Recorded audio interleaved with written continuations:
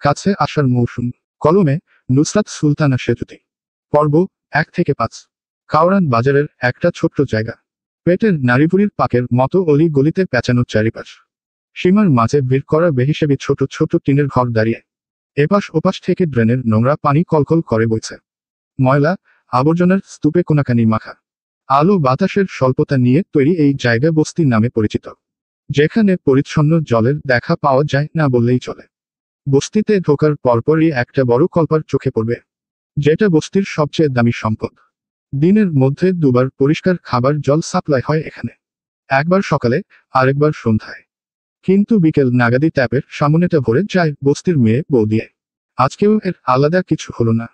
এক এক রঙের হাড়ি কলসি নিয়ে ট্যাপের সামনে অজগরের মতো একটা বড় লাইন বেঁধে গেল। শ্যাওলা পড়া দুটো ইটের ওপর কলসিটা মাত্রই দাঁড় করিয়েছেন রোকেয়া। ট্যাপ ঘুরিয়ে ছাড়তেই আচমকা কলসিটাকে ছো মেরে নিয়ে ফেলে দিল কেউ একজন। শীর্ণ নারী চমকালেন, চোখ তুললেন হতভম্ব হয়ে। বাকিদের দশাও তাই। বৃষ্টিতে বিনা মেঘে বজ্রপাত তাদের। রোকেয়া ভীষণ রেগে বললেন, এইটা কি করলি? চোখের সামনে এসে দাঁড়ালো একটা ফর্সা মতো পাতলা শরীর। পরনের লাল শার্টটায় কালো রঙের চেক চেক দাগ। অর্ধেক মাথা তার ছাই রঙের জিন্স প্যান্টের ভেতর ইন করে ঢোকানো। হাত দুটো গুটিয়ে কনুই অবধি এসেছে। লম্বা কোকড়া চুল ওপরে পনিটেইল করে বাঁধা। কখনো ঘাড় নাড়ানোর সাথে হেলছে দুধছে। দুপায়ে দুখানা চটির টাসটাস শব্দ তুলে মেয়েটা এসে থামল হেথায়। কপাল কুঁচকে বলল, চেল্লাচ্ছ কেন? কি করলাম দেখনি? আগে আমি ওয়াটার নেব, তারপর সবাই। কেন, তুই আগে নিবি কেন? তুই কি আগে আইছস? এইখানে পানি নিতে হইলে লাইনে খাড়াইতে হয়। যা, পিছনে গিয়া খাড়া। হট ইউসে। আমি পেছনে স্ট্যান্ড করব? ইউ পাগল মহিলা। তুষি কখনো পিছনে স্ট্যান্ড করে না। তুষি যেখানে দাঁড়ায়, লাইন সেখানে থেকে শুরু হয়। রুমা বিরক্ত গলায় বললেন। আবার শুরু হইল। এই মায়া যখনই পানি নিতে আইব, একটা না একটা ক্যাচাল লাগবে এখানে। এইটা কি তোর মামার বাড়ি পাইছস, তুষি? আমরা ঘন্টা ধইরা লাইনে খাড়ামু, আর তুই আয়াই পানি লইয়া যাবি। তুষির চেহারা অপরিবর্তিত, হাবভাবেও হেলদোল হলো না। মাথা নাচিয়ে বলল, বললাম না, আগে আমি ওয়াটার নেব। এত কথা তো ভালো লাগে না। I not like this. Rokeya মুখ বাঁকালেন। ইঞ্জেরি বলে ভাব দেখাচ্ছে।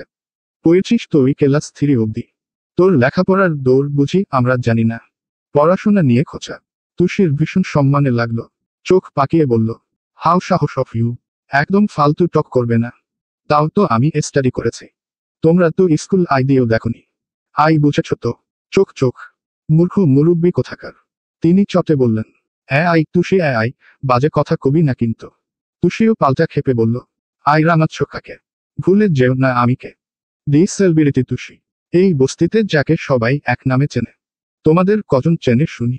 রুমা ভেঙচি কাটলেন, কণ্ঠে বিদ্রুপ। উহরে, আমার সেলিব্রিটি? করস তো চুরি। চোর আবার সেলিব্রিটিও হয়? তুষির বড় বড় চোখ গুরুতর হলো। মহাভারত অশুদ্ধ হওয়ার মতন খবর শুনল যেন। আঙুল তুলে বলল, এক্সকিউজ মি, হুচোর। একদম আমাকে চোর টক করবে না।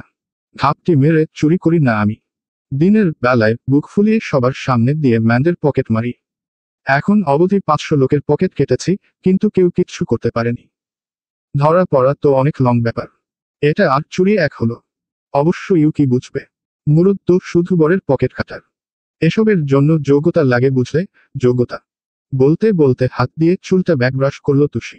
চোখে মুখে কি গর্ব। বাকিরা মুখ চাওয়াচাওয়ি করলেন। চেহারায় তাদের হতবুদ্ধি ভাব।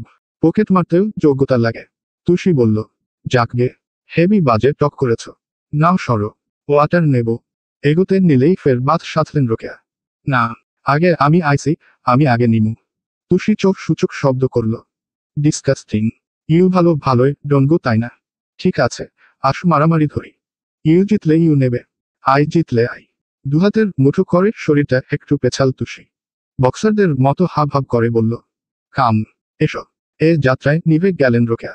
তুষির চালচলন ছেলেদের মতো, পরেও ব্যাটা ছেলের পোশাক। মেয়েলি কোনো স্বভাবই নেই, বড্ড মারকুটে গোছের। সেবার তো বস্তির আকাশ আলী ওকে চোখ টিপেছিল বলে একেবারে মেইন পয়েন্টের ব্রেক কষে দিয়েছে। এমন ডানপিটে মেয়ের সাথে গায়ের জোরে পারবেন তিনি। কিন্তু শঙ্কার ছাপ মুখাইবে ফেলতে দিলেন না রোকেয়া। কণ্ঠের ধার বজায় রেখে বললেন, ডর দেহাস আমারে। তুষি ফের হাতটা চুলে বোলাল, হওয়াই ভয় দেখাবো। এসো, তারপর আন্ডার স্ট্যান্ড করবে। এতক্ষণের এই তর্কে বিরক্ত বাকিরা। তুষি জাগোয়ার সবার আগে পানি নেবে মানে নেবেই। শুধু শুধু সময় নষ্ট হচ্ছে দেখে একজন বললেন, তিন্নির মা, ওরে যাইতে দাও। এই মায়ের লগে মুখ লাগাইয়া বস্তিতে কেউ জিতছে কখনো। যা তুষি, তুই পানি নিয়ে যা। তুষি প্রসন্ন হাসল, মাথা নাচিয়ে বলল, ভেরি গুড। থিঙ্ক হচ্ছে এই বস্তিতে একজনই ইন্টেলিজেন্ট আছে, যে আমাকে খুব ভালো চেনে। দেখি সরো। রোকেয়া মুখ ছামটালেন। তুষির যাই এলো না। গুনগুন করতে করতে কলসিতে জল ভরল সে। অত বড় ভারী কলসি কোমরে না দিয়ে সোজা তুলে ফেলল কাঁধে। ফরফর করে হেঁটে গেল তারপর। রুমা নাক মুখ কুচকে বললেন, এইডা মায়াকে কইব, চাইলো চলন বেড়াগো মতো। অ্যাডারে কোনোদিন বিয়ে করব কেউ। ট্যাপের জায়গা পেরিয়ে আসার পর একটা ছোটখাটো খেলার মাঠ পড়ে। এখানকার পুকুর ভরে বানানো এটা। 12-13 বয়সী 7-8 জন ছেলে খেলছিল সেখানে। একটা ফুটবল ফিরে ছোটাছুটি ওদের। কারো গায়ে জামা নেই, ধুলো ময়লা মেখে একশেষ সব। তুষিকে দেখেই ডাকলো একজন, ওস্তাদ, আইজকা খেলবা না? ও উত্তর দিল চেঁচিয়ে, ন টুডে আমি বিজি, তোরা প্লে কর। চলে যাওয়া তুষিকে দেখে বিড়বিড় করলো কিশোর, আবার ইংলিশ কইতে যাইয়া দাঁত হাইনা ফালায়, তাও শিক্ষা হয় না। তুষির হাঁটার গতিতে নম্রতা নেই। কেমন হনহনিয়ে ঘরে এলো। টিনের তৈরি খুপড়ি এটা। ভেতরে ঢুকে দেখলো, দাদি ও দাদি, ইয়র ওয়াটার এনেছি। হাসনা বানু উঠে এলেন, মুখখানা কালো। সাদা থানে খেমে যাওয়া খাট মুছে বললেন, ওই কোনায় রাখো। তুষি তাই করল। কলসি রেখে সোজা হয়ে বলল, অল ফিনিশ। শোনো দাদি, স্কাই মেঘলা, বৃষ্টি ইজ কামিং। একটু খিচুড়ি কুক করো না। হাসনা বানু অতিষ্ঠ গলায় বললেন, উফ, হয় তুই বাংলায় ক, নাইলে বিদায় হয় আনতে। তোর এই ভাঙ্গা ভাঙ্গা ক্যাসেটের ইঞ্জিরি আমি আর নিবার পারি না বাপু। তুষি হুঙ্কার ছুড়ল, নিউজদার দাদি, আমার ইংরেজি নিয়ে কিছু বলবে না। হাসনা বুঝলেন না, চোখ গোটালেন প্রশ্নে। নিউজদার, হেইডা কি? তুষির কণ্ঠে অসন্তোষ। এটাও জানো না? নিউজ মানে খবর। খবরদার। তিতিবিরক্ত শ্বাস ফেললেন বৃদ্ধা। তোর লগে কথা বাড়ায় পাকলে। আমি যাই, কাম করি। হাসনা বানু শোবার ঘর ছাড়লেন। এই বাড়িতে দুটো রুম, পাশে ছোটখাটো একটা রান্নাঘর। তাতে কোনোরকম একজন বসে উনুনে হাত চালানো যায়। তুষি গিয়ে ছোট টেবিল ফ্যানের সুইচ টিপল। ফুরফুরে হাওয়ার সামনে বসে কলার ঝাড়ল শাটার। পা ছড়িয়ে বিছানায় শুতে যাবে, আবার হাজির হলেন তিনি। থমথম করে জানালেন, আজকে খিচুড়ি হবে না। বাধা পেয়ে তুষি আর শুলো না। কপাল কুচকে বলল, হবে না। হোয়াই? খিচুড়ি রান্নু কি আমার মাথা দিয়া? বাইতে চাইলো ডাইল কিছু আছে। শেষ কবে বাজার করছিলি কত? তুষির মনে নেই। মাথা নেড়ে বলল, সেটা তো থিঙ্ক করতে পারছি না। থাক, নু চিন্তা। আমি নাও গিয়েই বাই করে আনছি। কি দিয়ে আনবি? গোলাপের আগের চাইলের টিআই তো বাকি আছে। এইবার গেলে কোনো কিছু দিব। তুষির বিশেষ উদ্বেগ এলো না। উল্টে হাসল দাঁত মেলে। বিফোর গো। তারপর সি। ঘাড় দুলিয়ে ফুরফুরে ভঙ্গিতে চলে গেল মেয়েটা। প্রস্থান দেখে হাসনা মাথা নাড়লেন দুপাশে। চোখে মুখের এক আকাশ বিরক্তি চেপে বললেন, আবার ইঞ্জিরি? বস্তির এ মাথায় বড় বাজার বসে। এই তো, মেইন রোডের পাশে এটা। চৌমাথা পেরিয়ে ওই পাড়ের দোকানটায় হেলো তুষি। গোলাপ তখন ক্যালকুলেটর টেপায় ব্যস্ত। ম্যামো কার্ডের ফর্দ মিলিয়ে হিসেব করছে কিছুর। ও এসেই বলল, গোলাপ চাচা, কুইক করে 2 কেজি চাল আর হাফ কেজি ডাল দাও। মানি 2 ডেজ পরে দিয়ে যাব। কণ্ঠ শুনেই তড়িৎ কাজ থামিয়ে চাইল গোলাপ। মুখ গোছ করে বলল, ও নামে দেখো না। বুকে বড় ব্যথা পাই। তুষি ফুস করে শ্বাস ফেলে হাসল। টেনে টেনে বলল, তাহলে কি দেখব? গোলাপের ঠোঁটের লাজুক হাসি। তোমার যা ইচ্ছে। ওর কণ্ঠে রসিকতা। গোলাপ ভাই ডাকি। গোলাপ মন খারাপ করে বলল, আবার ভাই কেন?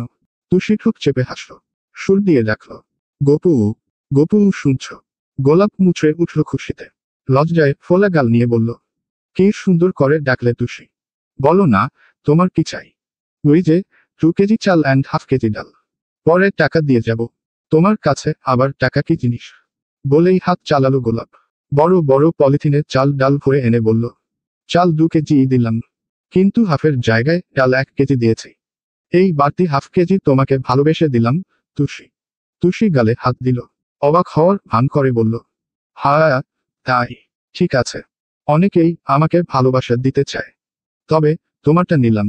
তারপর পলি দুটো এক হাতে খপ করে টেনে নিল মেয়েটা। গোলাপ প্রস্তাব ছুড়ল ফিসফিস করে, রাতে দেখা করতে আসবে উইসেরেজ গাছের নিচে। তুষির উত্তরের আগেই এক লোক এসে দাঁড়ালেন। মোটামুটি বয়সের পুরুষ বলা যায়। ওনাকে দেখে থামল গোলাপ। প্রেমের আলাপে বিঘ্ন পাওয়ায় নাখুশ হওয়ার ছাপ বসল মুখে। জিজ্ঞেস করলো গমগম করে, কি চাই? লোকটা জিভ নাড়িয়ে একটা বড় লিস্ট বললেন। 2 ডজন ডিম, দুধ আরো কত কি। কাস্টমারের সামনে গোলাপ বিশেষ সুবিধা পেল না। হুকুম মানতে ফ্রিজ খুলে দুধের প্যাকেট আনতে চলল।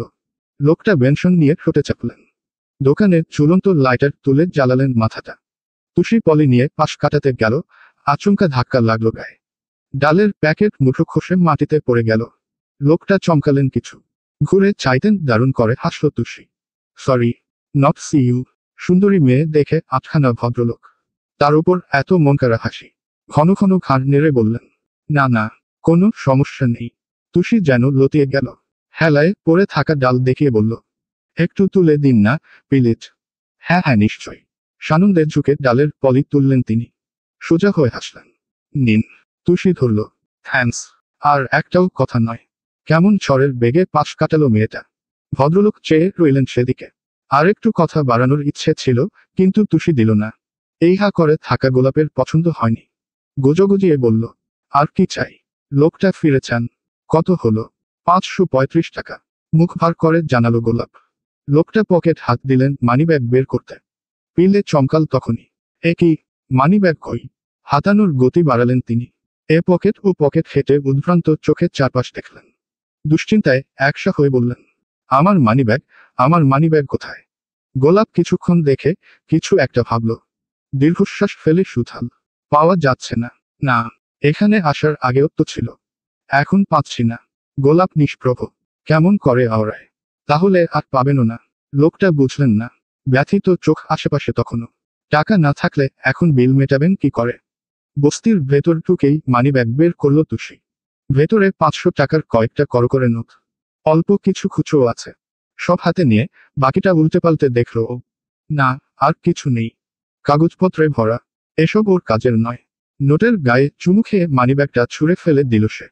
টাকা গুনতে গুনতে বলল, হ্যান্ডে মানি চলে এসেছে।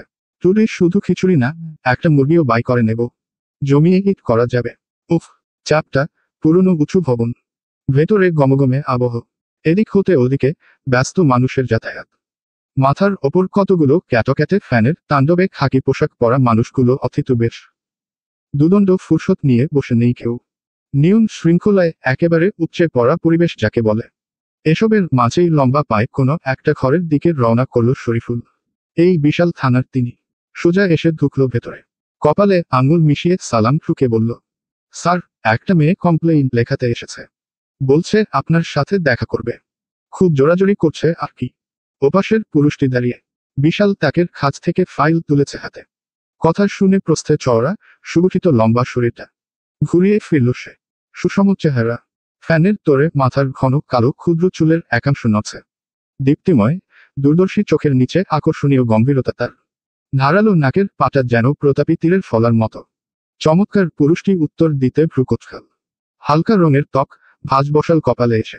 খুব ছোট্ট শব্দে আওড়াল, তো না মানে স্যার, রেপ কেস। কি করব বুঝতে পারছি না। বাইসেপসে ফোলা হাত দিয়ে ফাইলটা চট করে বন্ধ করল পুরুষ। চোখমুখ দেখেই যেন প্রশ্নটা বুঝে ফেলল শরীফ। নিজেই জানালো, আমি বাইরে বসিয়ে রেখে এসেছি স্যার। ডাকো। শরীফের ভেতর উস্কুসে ভাব। সেকেন্ড খানেক পার হলেও জায়গা থেকে নড়ল না। চেহারায় বিস্তর দোনামোনা দেখে প্রশ্ন এলো, কি সমস্যা শরীফ? ভদ্রলোক জিভে ঠোঁট ফেঁচায়। কথাতে মিনমিনে ভাব। না মানে স্যার, কমপ্লেইনটা এমপির ছেলের নামে। শোভিত পুরুষের চোখ দুটো দপ করে উঠল। ইঙ্গিত বুঝেই চোয়াল শক্ত হলো নিমিষে। দরাজ স্বরে বলল, সোহরাত, তোমাকে ডাকতে বলেছি, ডাকো। শরীফ থমকাল খানিক। সামনের মানুষটা তার চেয়ে বয়সে ছোট। কিন্তু উচ্চতা থেকে পদ, সবকিছুতে এগিয়ে। তেজদীপ্ত চোখ হতে সূক্ষ্ম মুখের গড়ন, সব চকচক করছে আত্মগরিমায়। টেবিলের রাখা নেমপ্লেটে একবার চোখ রাখল সে। সফেদ করা বাল্বে জ্বলজ্বল করছে। পিএসির আবরার স্বার্থ। অগত্যা মাথা নাড়ল শরীফ। ফিরল মিনিট কয়েকে। সাথে 22-23 বছর বয়সী একটি মেয়ে জড়সড় হয়ে এসে দাঁড়ালো কোনোরকম। ইয়াসির সামনের চেয়ার দেখালো। বসুন। মেয়েটি বসল। দেহে সংকোচ, চাউনিতে ভয়। আপনার নাম? ফারিন ইসলাম। ইয়াসির মেয়েটির চোখের দিকে চাইল। একেবারে তরাক দৃষ্টিতে রাখো থাক নেই। পূর্ণ তীক্ষ্ণতায় মেপে নিল কিছু। জিজ্ঞেস করল হাস্যহীন, বলুন, কি হয়েছিল? মেয়েটি মাথা নামাল। মুখাইবে অস্বস্তি। পরপর ঢোক গিলতে দেখে চুপচাপ পানির গ্লাসটা ঠেলে দিল ইয়াসির। খান। সময় নিন, তারপর শুনছি। ফারিন হাত বাড়িয়ে গ্লাস নেয়, ফাঁকা করে এক শ্বাসে, যেন বহুদিন জলের ছোঁয়া পায়নি। তারপর ঠোঁট মুছে দম নিল। আস্তে ধীরে বলল, আমি ইউনিভার্সিটিতে পড়ি, বিবিএ সেকেন্ড ইয়ার।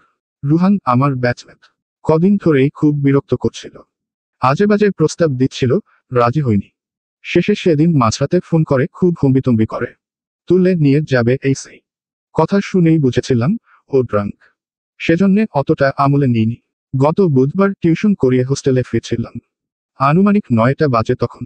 আচমকা রুহান গাড়ি নিয়ে সামনে দাঁড়ালো, সাথে আরো দুজন। তারপর আমাকে টেনে হিঁচড়ে, বাকি কথার আগেই হুহু করে কেঁদে উঠল মেয়েটা। ফুপিয়ে ওঠার ধাত সামলাতে সময় লাগলো বেশ। একচোট অশ্রু বিসর্জনের ইতি টেনে বলল, বৃহস্পতিবার ও আমাকে হোস্টেলের রাস্তাতে ফেলে রেখে যায়। আমার তখন সেন্স ছিল না। চোখ মেলে নিজেকে হাসপাতালের দেখি। সুস্থ হওয়ার পর থানায় গিয়েছিলাম, কিন্তু রুহানের কথা জানার পর কেউই কেস নিতে চাচ্ছে না।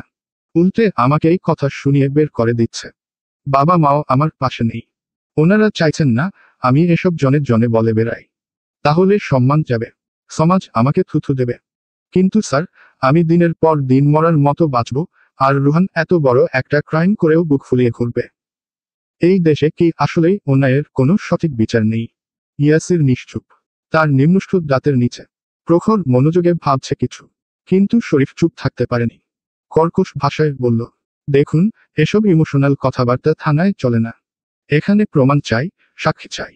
এমন মুখে মুখে তো আর অভিযোগ নেওয়া সম্ভব না। আপনার কাছে প্রমাণ আছে? ইয়াসির তপ্ত চোখে চাইতেন, মাথা নলসে আমতা আমতা করল, না মানে স্যার, আমি তো। চুপ করে দাঁড়াও। গর্জনে শরীফের মুখটা ছোট হয়ে এলো। কিন্তু ফারিন উদ্বেগ নিয়ে বলল, আমার কাছে কিছু প্রমাণ আছে।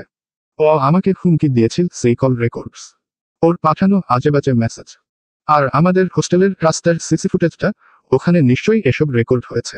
আপনারা তো চেক করলেই পাবেন। এসবে নিশ্চয়ই বোঝা যাবে আমি মিথ্যে বলছি কিনা। মেয়েটির চোখে আসা প্রশ্নের উত্তর পেয়ে একটু সাহারা পাওয়ার ইচ্ছে, কিন্তু ইয়াসির উত্তর দিল না। তার ভাবনা কাটেনি। ও ফের বলল, স্যার, আমি আপনার ভরসাতেই এখানে এসেছি। আমার এক বন্ধু আপনাকে চেনে। উনি বলেছিল আপনি একজন সৎ পুলিশ অফিসার, অপরাধের সাথে আপোষ করেন না শুনেছি। আপনাকে থানায় খুঁজেও এসেছিলাম, পাইনি দেখে এখানে। মাঝপথে হাত তুলে থামালো ইয়াসির। বলল, এত এক্সপ্লেইন করতে হবে না।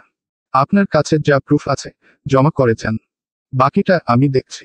শরীফ, মিস নেহাকে ডাকো। মাথা নাড়ল শরীফ।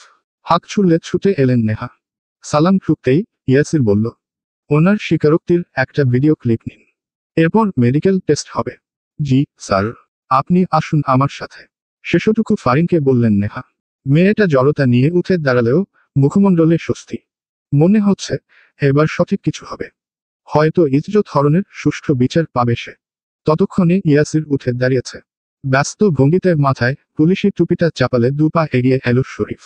ভেতরকার উৎকণ্ঠা গিলে বলল, এখন কি করব স্যার? জিপ রেডি করো। ভদ্রলোকের চেহারায় বিদ্যুৎ স্ফুরণ। স্যার, আপনি কি? মাঝপথেই দগদগে স্বরের জবাব এলো, going to arrest the bastard. Sharif আটকে ওঠে। ইয়াসির এলাকার অন্তর্ভুক্ত হয়েছে বেশি দিন হয়নি, তাই ভালো করে কিছু জানে না। এই এমপি তো যে সে লোক নয়, এর অনেক জায়গায় হাত। তার উপর আবার কমিশনারের চাচাতো ভাই। বলতে চাইল, স্যার, কোনো সমস্যা হলে। ফিরে চাইল ইয়াসির। স্থূল ভ্রুটা তুলে সুথাল, কিসের সমস্যা? না মানে স্যার, এমপির সাথে রূপক স্যারের চলাফেরা ভালো। চাকরি নিয়ে কোনো লেখা হয়েছে? কথার মাঝে হঠাৎ প্রশ্ন। শরীফ খাবড়ে গেল কিছু। এই বাক্যের এই উত্তর সে আশা করেনি। একটু থমকে বলল, জি। সাক্ষী রেডি? জি। প্রুফ? এবারেও একই উত্তর এলো, জি মানে সব রেডি। ইয়াসিরের স্বর অটল। নো মোর দেন। সময়ের কাজ সময়ে করা পুলিশের দায়িত্ব, শরীফ। এটা বাংলা সিনেমা নয় যে তুমি প্রত্যেকবার মারপিট শেষে গিয়ে পৌঁছবে। একটা মেয়ে রেপড হয়েছে, আর তুমি তোমার চাকরি নিয়ে ভাবছ। মুখের ওপর কঠোর জবাবে শরীফ মাথা নিচু করল। Sorry sir. ইয়াসির কিছু বলল না। প্রতাপী পায়ে হাঁটা ধরল ঘুরে। অগত্যা মুখ গোছ করে পিছু নিল সেও। এতদিন কি আরামটাই না থাকতো এখানে? কর্তৃপক্ষ যে কার বুদ্ধিতে ইয়াসিরকে এই থানার দায়িত্ব দিয়েছে। সারাক্ষণ শুধু রুলস আর জ্ঞান। ধুর। Jeep ready. আরও কজন পুলিশের সাথে একজন মহিলা কর্মচারীও আছেন। ইয়াসির ওঠার সময় মুঠোফোন বাজল। সিটে বসতে বসতে কানে গুজল সে। ওপাশ থেকে মা হড়বড়িয়ে উঠলেন। কি রে সার্থ, কোথায় তুই? ডিউটি টাইম মা। কোথায় থাকবো তাহলে? এখনো থানায়। আমি যে সকালে বলে দিলাম সন্ধ্যায় তোর জন্য মেয়ে দেখতে যাব। তো যাও, আমাকে বলছো কেন? ও মা, এ আবার কি কথা? আমরা একা গিয়ে দেখব। তুই দেখবি না? জরুরি কাজে যাচ্ছি, এখন এসব হবে না। তোমরা গিয়ে দেখে এসো। মা মন খারাপ করলেন। তোকে ছাড়া কিভাবে যাই? ইয়াসির নিরুৎসাহিত কেমন কাঠখোট্টা বলল, তাহলে যেও না, রাখছি এখন। বলেই লাইন কাটল সে। শরীফ আলগোছে হাসল। ইয়াসিরের চোখে পড়ল সেটা। সোজা রাস্তায় চেয়ে বলল, হাসির কি হয়েছে? ভদ্রলোক ঠোঁট সামলালেও মনের কথায় চাপ পড়ল। বলল, রয়েছে না মানে স্যার, ক্রিমিনাল ধরার জন্য আপনি মেয়ে দেখাও বাদ দিয়ে দিচ্ছেন। এর আগেরবারও এরকম হলো, আজকেও তাই। মেয়েরা এমনিতেই বরের বেশি ব্যস্ততা পছন্দ করে না, সেখানে বারবার এমন করলে তো আপনাকে কেউ বিয়ে করতেও ভয় পাবে। ইয়াসির এমন ভাবে তাকালো, শরীফের শ্বাস আটকে পড়ল গলায়। ছোট কণ্ঠে বলল, সরি স্যার। সে মুখ খুলল শক্ত বাক্যে, আমার কাছে দায়িত্ব আগে। যে পোশাক পরেছি তাতে বীর থেকে ক্রিমিনাল ধরাটাও আগেই হওয়া উচিত। শরীফের আদলে অন্ধকার। গাড়ি সেই চালাচ্ছে, ড্রাইভিং এর হাত ভালো, তাই। ইয়াসিরের কথায় মাথা নাড়লেও ঠোঁটে হাসি এলো না। উল্টে কটমট করে ভাবল, এত ক্রিমিনাল করিস ব্যাটা, তোর বিয়েটাও যেন কোনো ক্রিমিনালের সাথেই হয়। সন্ধে নেমেছে। এই সবে মাগরিবের আজান শেষ হলো। মতিঝিল থেকে কাওরান বাজার, ব্যস্ত জায়গার সরব আরো বাড়ল তাতে। জ্যাম, হলাহলি, মানুষরা ঠাসা গাদাগাদির মাঝে এই চায়ের দোকানটায় ভিড় একটু কম। কাছের মসজিদে মুসল্লিরা নামাজ পড়ছেন। দোয়া দরুদ পড়ার আওয়াজ পরিষ্কার শুনতে পাওয়া যায়। তুষি এসে বসল কেবল। সঙ্গে দুজন আজন্ম চেলা, বাবলু আর টিনটিন। দুটোর ছায়া, রূপ প্রতিরূপ আলাদা সব। বাবলু মোটা তাজা, টিনটিন খড়ের মতো শুকনো। একমাত্র মিল হলো এরা দুজনেই তুষির সব কাজের সঙ্গী। দোকানে ঝোলানো ত্রিভুজ পাউরুটি দেখেই বাবলুর চোখ চকচক করে উঠল। জিভ দিয়ে ঠোঁটটা চাটল একবার। আবদার করল সাথে সাথে, ওস্তাদ, একটা রুটি খাই। তুষির চোখ আশেপাশে, কখনো যাতায়াত করা মানুষের পকেট গায়ে। ওভাবেই বলল, খা। বাবলু খুশি হলো। চটপট প্যাকেটের ভেতর থেকে একটা রুটি বের করে নিল হাতে। আরেকটা তুলে জিজ্ঞেস করল, খাবি? টিনটিন খান নাড়ল দুপাশে। তার নজর গোল্ড লিফের প্যাকেটে। কিছুক্ষণ চুপ থেকে বলল, ওস্তাদ, আমি একটা বিড়ি খাই। চোখ পাকিয়ে ফিরল তুষি। রেগে মেগে বলল, ওয়ান চর মারব। এই বয়সে এসমক করবি, লজ্জা করে না? স্টুপিড। অন্য কিছু খা। ধমক খেয়ে চুপসে গেল টিনটিন। মুখ গোছ করে বলল, তাইলে বিস্কুট আর চা খাই। চাচা, আদা চা দাও একটা। কাপ কিন্তু ভালো কইরা ধোবা। দোকানিদের মেজাজ ভালো না। এতটুকু ছেলের ফরমাইশে সেটা আরো বিগড়াল। চটে বললেন, সবাইরে যেমনে দিই অমনি দিমু। পছন্দ না হইলে বাড়িতে কাপ লইয়ায়। টিনটিন আর কথা বাড়াল না। কি বলবে? বয়াম থেকে বিস্কিট তুলে চুপচাপ খেতে বসল তাই। তুষি ঘাড় ডলতে ডলতে চারপাশ দেখল কয়েকবার। ধরার মতন পাখি নেই। আজকের পুরো দিনটাই খারাপ। মাত্র 5টা পকেট কেটেছে, যাওর রেকর্ডে সবচেয়ে কম। এখন একটা বড় দাও মারতে না পারলে তো কাল দুপুর অবধি ঘুম হবে না। তুষির কিছু নিজস্ব নিয়ম আছে। সপ্তাহের 6 দিন চুরি টুরিতে কাটালেও রবিবার ও বেলা করে ঘুমায়। ওই দিন ওর সাপ্তাহিক ছুটি। হিসেব মতো কালই রবিবার। অন্তত মনকে আনন্দ দিতে একটা বড় খুকু না ধরলেই হচ্ছে না। কিন্তু এরকম কেউ নেই দেখে হতাশ হলো তুষি। টিনটিনের পাশে বসল ধপ করে। চোখ সূচক শব্দ করে বলল, দে নট গুড বুঝলি। টুডেকাল কারো পকেটেই বেশি মানি থাকে না। টিনটিন ফিরে চাইল, টুডেকাল কি ওস্তাদ? তুষি রেগে রেগে বলল, এই জন্যে বলি স্টাডি কর। এইটুক ইংরেজিও পারিস না? গর্দভ। টুডে অর্থ আজ, মানে আজকাল। অ্যাডারেস্ট্যান। বাবলু খেতে খেতে মাথা নাড়ল। অর্থাৎ বুঝেছে। তুষির গলা শুনে কাজ ফেলে ত্রস্ত ফিরে চাইলেন দোকানি। হেরে গলায় বললেন, উই তুষি উই, 2 টাকা আনছস। তুষি জিভ কাটল। চোখ দুটো বড় হলো অমনি। এই রে, ব্যাটা আবার ধরে ফেলেছে। এর কি টাকা ছাড়া মাথায় কিছু নেই নাকি? তুষি ঘুরল না, বসে রইল গাট হয়ে। দোকানি চড়া কণ্ঠে বললেন, এদিক ফের কইলাম, তুই কি শুরু করছস? 3 মাস তুইরা ঘুরাস আমারে। 23 টাকা পাই তোর কাছে, চাইলেই কষ পরে দিবি। আর এই যে তোর চালারি খাইতেছে এগুলার বিল দিব কেডা? মায়া বইলা কিন্তু সব সময় পার পাবি না কইলাম। তুষি হাসি হাসি মুখ করে ফিরল। বলল, সুন্দর করে। মানি আমি গিভ করব চাচা। Why angry you? খাতায় রাইট রাইট করে রাখো না। ভদ্রলোক খেপে বললেন, থামা তর ইংলিশ। টাকা বাইর কর আগে। আরে নাও, মানি হওয়ার পাবো, পরে গিভ করবো বললাম না? আপাতত কাজে এসেছি চাচা। No disturb me please. তোর আবার খাম, তুই তো খুচটাছুস কার পকেট মারা যায়। হ্যাঁ আই, আমি কিন্তু আগেই কইয়া রাখলাম, আমার এইখানে কাস্টমার আইলে কিন্তু এইসব করবি না। তুষি বিরক্ত হলেও চুপ রইল। এরকম কত দোকানে যে ওর ধাক দেনা আছে। পাশের দোকানে টিভি চলছিল সে সময়। বিকেলের গরম খবর, এমপি রুস্তমের ছেলে রেপ কেসে গ্রেফতার। অনেকেই উৎসুক হয়ে দেখছেন। গ্রেফতার করা অফিসারকে নিয়ে প্রশংসায় পঞ্চমুখ তারা। তুষি একবার তাকেও চোখ সরাল। ওর এখন টিভিও ভালো লাগছে না। আচ্ছা, মুসিবত তো। 7টা বাজতে চলল, কাউকে পাবে না নাকি? সন্ধ্যাটা কি ওর এমন বাসি মুখেই কাটবে? রুস্তমের ছেলের নাম রুহান আহমদ, 1 নম্বরের লম্পট যাকে বলে। ফারিন মেয়েটাকে কদিন ধরে নানাভাবে উত্ত্যক্ত করছিল। সেদিন হোস্টেলের রাস্তা থেকে তুলে নেয়, রেখে যায় 2 দিন আগে। ওই 2 দিন ধরে মেয়েটা থানার দুয়ার ঘুরতে ঘুরতে কাহিল। শেষে খোঁজ পেয়েছে ইয়াসিরের। ছেলের গ্রেফতার হওয়ার খবর বাতাসের গতিতে রুস্তমের কানে পৌঁছে গেল। রুহানের দুহাত হাত করায় আটকে, নাকের এক পাশ কাটা, বৃত্তাকার ছিদ্র হতে রক্ত গড়িয়ে পড়ছে। শার্টের কলার ইয়াসিরের মুঠোতে। ছেলেটাকে হিড়হিড় করে টানতে টানতে জিপে তুলছে সে। পুরো দৃশ্যটায় রুস্তমের শরীর টকবক করে উঠল। ত্রস্ত ফোনটা দূরে ছুঁড়ে মারলেন। পাশে দাঁড়ানো নিয়াজ ভয় পেল একটু। ফোনটা ওর। রুহানের সাথে ক্লাবেই ছিল সে সময়। এত ফুর্তি নিয়ে নাচছিল ছেলেটা। হুট করে ইয়াসির এসে সব বড় করে দিয়েছে। রুস্তম চিল্লিয়ে বললেন, আমার পোলার গায়ে হাত তুলছে ওই 2 পয়সার পুলিশ। মারছে ওরে। নিয়াজ আন্তভাবে খান নাড়ল। উত্তর হ্যাঁ। ইয়াসিরকে দেখার পর প্রথম দফায় রুহানের ভাবান্তর হয়নি। গ্রেফতারের কথাতেও না, হেসে উড়িয়ে দিয়েছে। একচোট অসভ্যতা হিসেবে ক্লাসে থাকা মদ ছুঁড়েছিল ইয়াসিরের মুখে। ব্যাস, এক প্রকাণ্ড খুশি মারল ইয়াসির। রুহানের মাতাল শরীরটা তৎক্ষণাৎ গিয়ে ছিটকে পড়ল টেবিলে। রুস্তম উঠেই নিয়াজের কলার চেপে ধরলেন। ভরকাল ছেলেটা। গোল চোখ তুলতেই রুস্তম দাঁত পিষে বললেন, ওই নাকির পুত আমার পোলারে মারছে। আর তুই তুই কই ছিলি তখন? কই ছিলি? তোরে কি আমি ঘাস খাইতে রাখছি? নিয়াজের থুতনি নেমে এলো বুকে। ইয়াসির হঠাৎ রুহানের ওপর চড়াও হওয়ায় ও হকচকিয়ে গেছিল।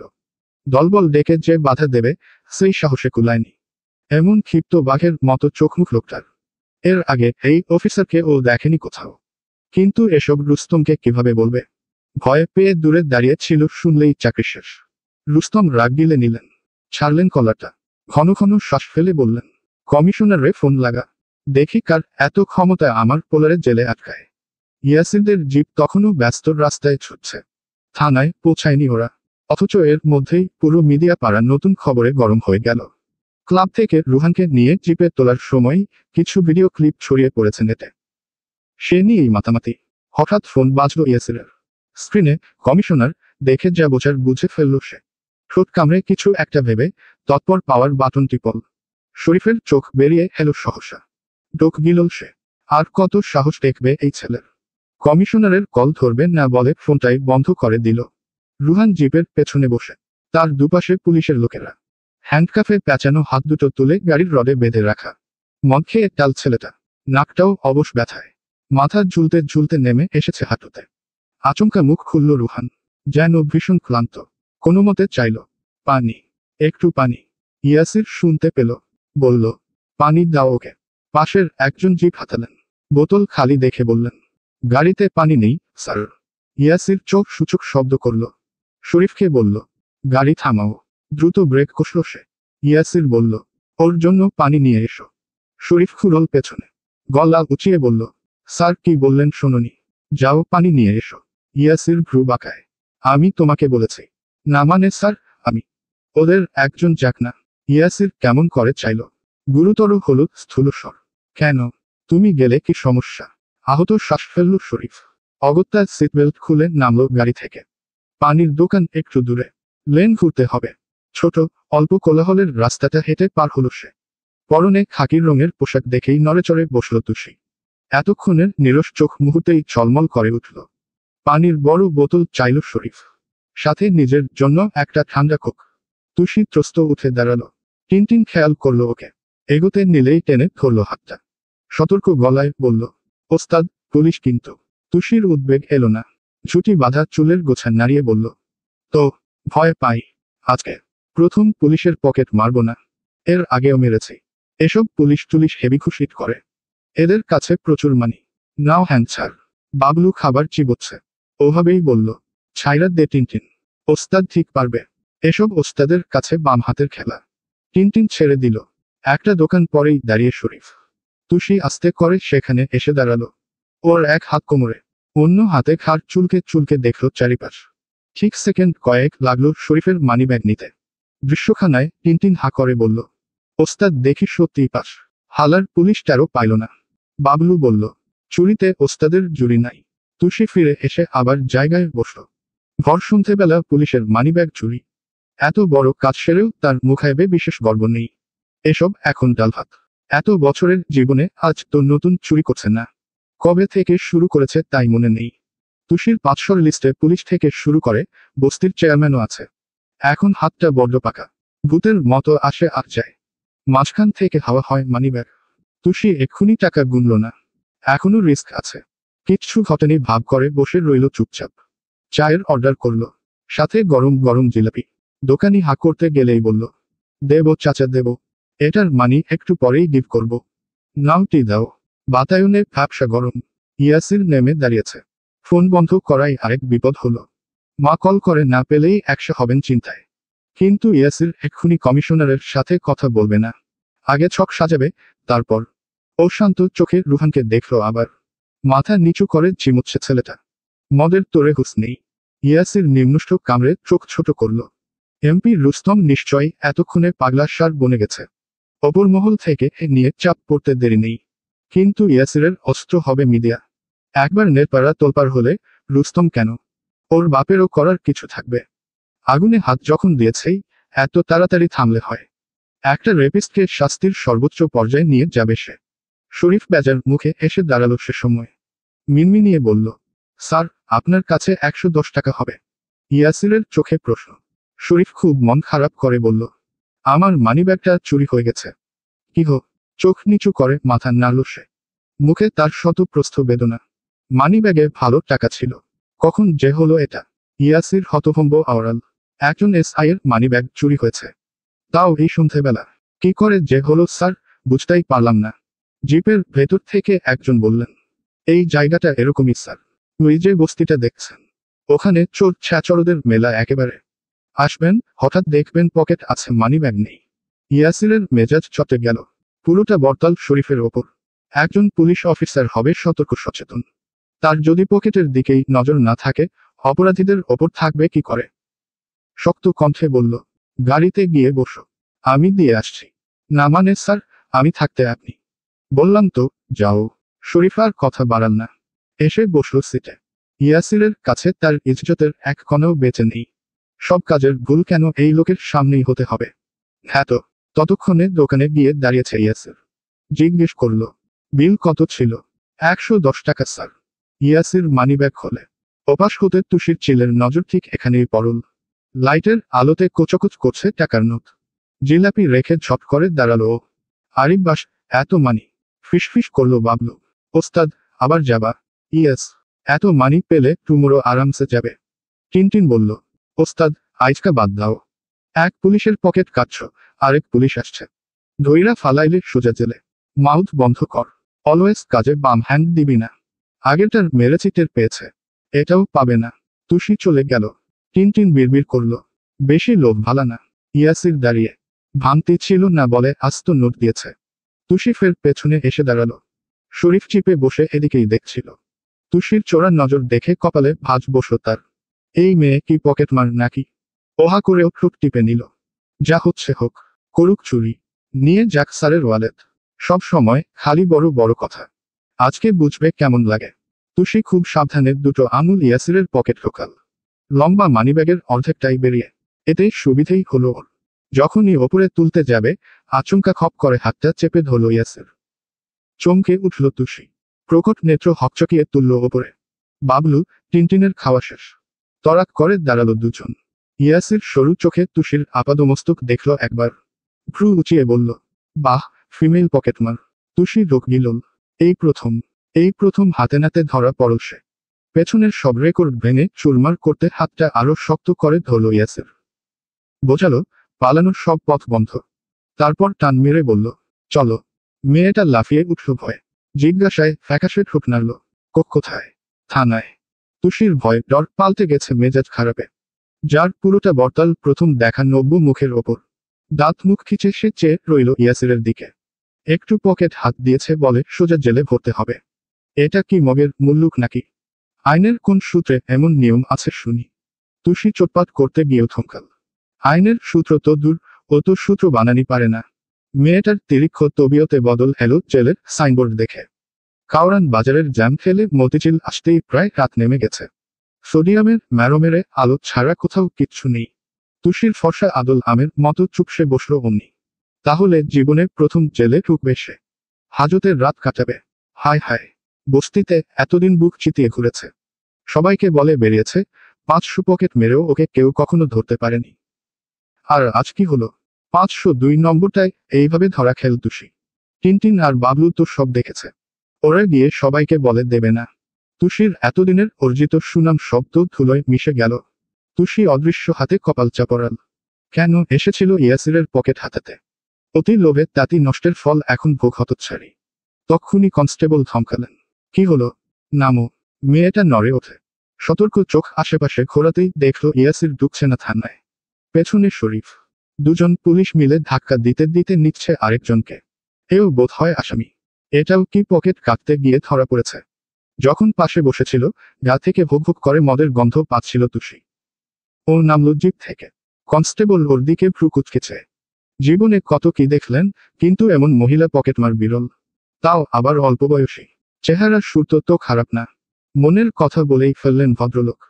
কার বুদ্ধিতে এই ঠান্ডায় নেমেছিলে? মেয়ে মানুষ। এর থেকে তো লোকের বাড়ি কাজ করে খেলেও পারো। তুষির নাক ফুলল। তোত্তারা জবাব দিল, কাজ কি ইওর বাপ দেবে? গর্জে উঠলেন তিনি। হ্যাঁ আই, একদম বাপ তুলে কথা বলবি না। তাহলে ইউও আমার ধান্দা নিয়ে টক করবেন না। হুহো। তুষি মুখ বাঁকায়। হাঁটা ধরে তেজ দেখে। ওর হাতেও হ্যান্ডকাফ। ব্যাপারটায় কনস্টেবল আহাম্মক বনে গেলেন। কি মেয়ে রে বাবা, অ্যারেস্ট হয়েছে, তাও পুলিশের সাথে তেজ কমেনি। ইয়াসির সোজা গিয়ে নিজের রুমে ঢুকেছে। তুষি থানায় এসে চারপাশ দেখল। সিনেমা ছাড়া সামনাসামনি প্রথম দেখছে এসব। ভয় পাবে না, অবাক হবে দ্বিধাদ্বন্দ্ব তাতে। প্রত্যেকটা লোকাপের ভেতর কেউ না কেউ আছে।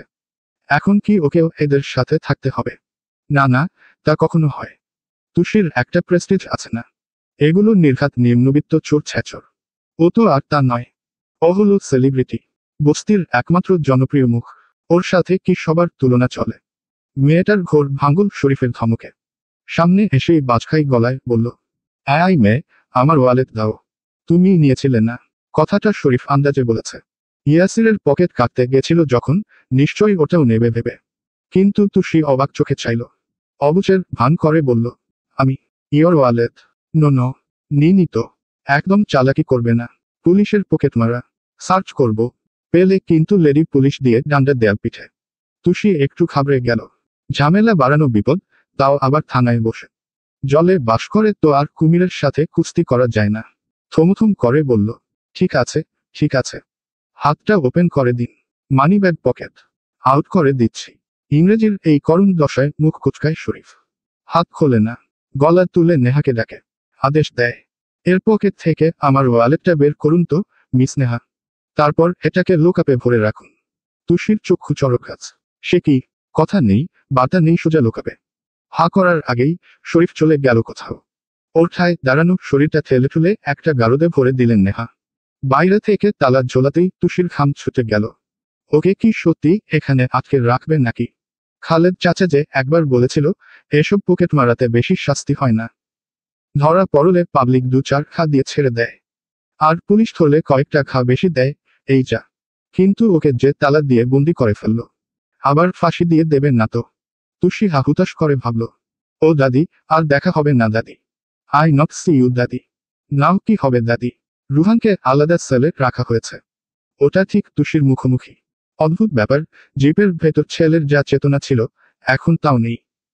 বোতল গিলেছে কে জানে। কনস্টেবল ওকে জাগালেনও না। দুর্বলের মতো দেয়ালের সাথে পিঠ মিশিয়ে বসালেন। ইয়াসির চেয়ারে মাথা হেলাতেই ফ্যানের সুইচ টিপল শরীফ। একটু রয়েস হয়ে তাকালো ওর দিকে। তার হতভম্ব ভাব এখনো স্পষ্ট কাটেনি। ইয়াসির কতটা বুদ্ধি রাখে। কতটা সজাগ মস্তিষ্ক তার। মেয়েটা তো ওরও পকেট কেটেছিল। কই, ও তো কিচ্ছু টের পায়নি। তাহলে স্যার বুঝলেন কি করে? এজন্যই কি বয়সে ছোট হয়েও ইয়াসির এএসপির চেয়ারে বসে গেছে। আর শরীফ গত বছরে সামান্য প্রমোশনটাও পায়নি। ও দীর্ঘশ্বাস ফেলল, চাইল ফের ইয়াসিরের দিকে। ফোনে কিছু একটা করছে সে। চোখমুখ দেখে মনে হচ্ছে খুব গুরুত্বপূর্ণ কিছু। শরীফ আর ঘাটাতে চাইল না। ফিরবে ভাবল, এর মাঝেই ডাকল ইয়াসির। শরীফ। সে সসব্যস্ত জবাব দেয়, জি স্যার। একটা লিখো। রেপ কেসের সাথে সাথে অন ডিউটি পুলিশ অফিসারের গায়ে হাত, অসভ্যতা। ডিউটিতে বাধা এগুলো চার্জ করবে। ভিডিও করেছিলে না? জি স্যার। আমার ফোনে পাঠাও। ঘাড় নাড়ল শরীফ। ক্লাবে ঢোকার আগে ইয়াসির বলেছিল, ভেতরে যা হবে সব ভিডিও করতে। ওসব দিয়ে কি হবে কে জানে। শরীফ মাথা ঝেড়ে বাইরে এলো, মমি কানে পৌঁছালো। তুষির ক্যানক্যানের স্বর। লোহার সেল ধরে ঝুলতে ঝুলতে চেঁচাচ্ছে, ও স্যার, গমি প্লিজ, আমাকে আউট করে দিন। প্লিজ স্যার, ও স্যার। শরীফ চোখ সূচক শব্দ করল। কিছু না বলে গিয়ে বসল চেয়ারে। কিন্তু এই খ্যানখ্যানি বেশিক্ষণ সহ্য করা গেল না। তুষির চিৎকার থামার নাম নেই। একই রকম হাহুতাশ। স্যার, ছেড়ে দিন না। এমন কখনো হবে না স্যার। গমি now please. শরীফ বিড়বিড় করল, আচ্ছা জ্বালাতো। ধমকে বলল, আই মে, চুপ করো। তুষি থমকায়। ঠোঁট উল্টে চুপ করে। ঠিক 2 সেকেন্ড। ফের চেঁচায়, ও লম্বা স্যার, প্লিজ স্যার গমি। হাউজে গোয়িং করতে হবে। দাদি ওয়েটিং ফর মাই। ও স্যার শুনছেন? মেয়েটার নজর ইয়াসিরের কক্ষের দিকে। স্যার স্যার বলে ডাকছে ওকে। নেহা মোটা লাঠি হাতে তেড়ে এলেন। তপ্ত চোখে বললেন, আবার চিল্লাচ্ছিস? স্যার চুপ করতে বলেছে না। বেশি ফাতরামি করলে কিন্তু এক বাড়িতে সিধে করে দেব। তুষি ঠোঁট কামড়ে চোখ গোছাল। থানায় বসে হম্বিতম্বি করা হচ্ছে। সাহস থাকলে বাইরে চল না। ডান্ডা মেরে কাকে কিভাবে ঠান্ডা করতে হয় তুষি খুব ভালো করে জানে। তাকে থামতে দেখে নেহা হাসল। গর্বের চকচকে হাসি। জায়গায় ফিরতে এক পা বাড়াল, তুরন্ত জিভ নাড়ল তুষি। ফের চেঁচাল, ও স্যার, ও sir, where you sir, come please sir. ভদ্রমহিলা থতমত খেলেন, চাইলেন বিফল চোখে। আচ্ছা ঘাটতারা মেয়ে তো। নেহার পুলিশি মনটা খুব করে চাইল তুষিকে পিটিয়ে চ্যাপটা বানিয়ে আসতে। কিন্তু ইয়াসির স্যার তো এমন কোনো কমান্ড দেয়নি এখনো। ওনার আসামি, উনিই বুঝবেন। হতাশ শ্বাস ফেলে চলে গেল বেচারি। শরীফও নাক মুখ কোচকাল। বুঝল, ধমকে কাজ হবে না। ইয়াসির ধরে এনেছে বলে সেও কিছু বলতে পারছে না। কানের যান বাঁচাতে তুলো গুজল সে। এমনিতেও একটু পর এখানে সার্কাস শুরু হবে। রুস্তম কমিশনারকে নিয়ে এলেন বলে। এলে আসবে। ওর কি? ও তো ঠিক ইয়াসিরকে দেখিয়ে বলবে, আমি কিছু জানি না। তুষি অনেকক্ষণ ডাকল, চিল্লিয়ে গলা ফাটাল। কিন্তু ইয়াসিরের দেখা নেই। ওকে লোকাপে আটকে এসির রুমে গিয়ে মরেছে। ফালতু। ভীষণ রাগ হলো তুষির। দাঁত চিবিয়ে বলল, বদ পুলিশ। একবার ছাড়া পাই। তোর 14 গোষ্ঠীর পকেট যদি না কেটেছি আমিও দিই সেলিব্রিটি তুষি পকেট মার না। কিন্তু সেজন্যে তো আগে বাইরে যাওয়া চাই। উফ, না, স্টপ করলে হবে না। চিল্লাতে থাকি। তুষি ফের মুখ খুলল, ডাকলো জোরে জোরে, ও লম্বা স্যার, প্লিজ ছেড়ে দিন না আমাকে। তার চেঁচানোর তোরে রুহানের নেশা ছুটে গেল। নড়েচড়ে উঠল এতক্ষণে। শরীফের তুলোতেও বিশেষ কাজ দিল না। হার মেনে দুম করে চেয়ার ছাড়ল সে। ধুপোধাপ গিয়ে দাঁড়ালো ইয়াসিরের সামনে। মহাবিরক্তি নিয়ে বলল, স্যার, মেয়েটা তো খুব চেঁচামেচি করছে। কি করব? ইয়াসির ফোনে ব্যস্ত ছিল। তাকালো চোখ তুলে। চেঁচাচ্ছে কেন? জানি না স্যার। কি সব উল্টোপাল্টা ইংরেজি। গমি স্যার, হাউস গোয়িং স্যার। পুরো মাথা খেয়ে নিল। প্লিজ স্যার, এর কিছু একটা বন্দোবস্ত করে দিন না। না হলে এমন চেঁচিয়ে তো কানের পোকা খেয়ে ফেলবে। ইয়াসির বীতস্পৃহ। উঠে এলো তাও। চেনা দেহ দেখেই তুষির মুখটা ঝলমল করে উঠল। হড়বড়িয়ে বলল, হট ইচ দিস স্যার। একটু পকেটে তো মেরেছে। মানুষ তো আর মারিনি। সিম্পল একটা কাজের জন্য আমাকে জেলে কলজ করে রাখবেন। ইয়াসির ওর দিকেই আসছিল। সহসা কথা বলল রুহান। টলতে টলতে দাঁড়িয়েছে সে। হুঙ্কার ছুড়ল আচমকা, এই অফিসার, তোর বুকের এত পাটা যে আমাকে অ্যারেস্ট করিস? এত সাহস তোর? এর জন্য তোকে যে কত দাম দিতে হবে তুই নিজেও জানিস না। এখনো সময় আছে, ভালোয় ভালোয় ছেড়ে দে আমায়। অমনি থমকে দাঁড়ালো ইয়াসির। তুষির দিকে বাড়ানো পাতা ফেরত নিল সবেগে। শরীর পুরো ঘুরিয়ে ফিরল ওর দিক। ভীষণ শান্ত থেকে সুথাল। কি বললি? রুহান ফুঁসছে। কটমটিয়ে বলল, আমার বাবাকে তুই চিনিস না? তোদের কমিশনার সকালের রুটিটা গিয়ে আমার বাসায় গিলে আসে। বাবা যদি একবার জানতে পারে আমাকে এখানে আটকে রেখেছিস, তোর কপালে কোন শনি নাচছে তুই নিজেও আন্দাজ করতে পারবি না। নিজের ভালো চাস তো, ছাড় আমাকে। তুষি গাল চুলকাল। রুহানের কথাবার্তা সে মন দিয়ে শুনছে। বিড়বিড় করলো একা একা, এই মালটা আবার কে, কোত্থেকে টপকাল? কমিশনারের সাথে এত পীড়িত? ও মাই গড, আমার তো কমিশনারও নেই, তার সাথে পীড়িতও নেই, আমার কি হবে? হট টু আই নাও। এতগুলো কথার পিঠে নিশ্চুপ ইয়াসের। সরু চোখে কয়েক পল দেখল রুহানকে। ঠিকঠাক সোজা হয়ে দাঁড়াতেও পারছে না, অথচ কথায় কি তেজ। তারপর ঘাড় বাঁকাল অদূরের কনস্টেবলের দিকে। তুরন্ত চাবি হাতে ছুটে এলেন তিনি। লোকাপের তালা খুলতে দেখে হাসল রুহান। চোখে মুখে পৈশাচিক আলো নামল সহসা। গর্বে বুকখানা ফুলল দ্বিগুণ। এসব পুলিশ টুলিশ তো আর নতুন দেখছে না, এদের দৌড় ওর জানা আছে। মুখোমুখি লোকাপে থাকা তুষি হতাশ শ্বাস ফেলল সে সময়। শালার বদ পুলিশ, ক্ষমতা দেখে ছেলেটাকে ছেড়ে দিচ্ছে। ওর তো ক্ষমতার ক্ষম নেই, তার মানে ওকে ছাড়বে না। হুহ, তুষি দাঁত চেপে গালি দিল। ভণ্ড পুলিশ, ছাগল পুলিশ, বালের পুলিশ। শরীফ শিরদাঁড়া করে দাঁড়িয়েছিল এতক্ষণ। ইয়াসিরকে তালা খোলাতে দেখে কপালে ভাঁজ বসল তার। রুহানের এক হুমকিতে স্যার ভয়ে পেয়ে গেলেন। না, এতদিনে যতটুকু ওকে দেখেছে তার সাথে ব্যাপারটা তো যাচ্ছে না। থানার বাকিদের কাছে মন নেই, সবার তটস্থ নজর এদিকেই আটকে। ইয়াসিরকে ভেতরে ঢুকতে দেখে রুহান ভ্রু গোছায়। চোখে ভাষা প্রশ্নের মাঝেই ঠিক গালের মাঝে সপাটে এক চর মারল সে। তুষির বক্ষস্থল ছাদ করে উঠল। নেতানো চোখমুখ ছলকাল বিস্ময়ে। শরীফ চোখ খিচে নিলেন। অবাক হননি, তবে ঘাবড়ে গেছেন। এত জোরে মারল যে ঠাস শব্দটা এখান থেকেই পরিষ্কার শোনা গেছে। রুহান থ বনে গেল। এক চরে সে দেয়ালে সেটে গেছে।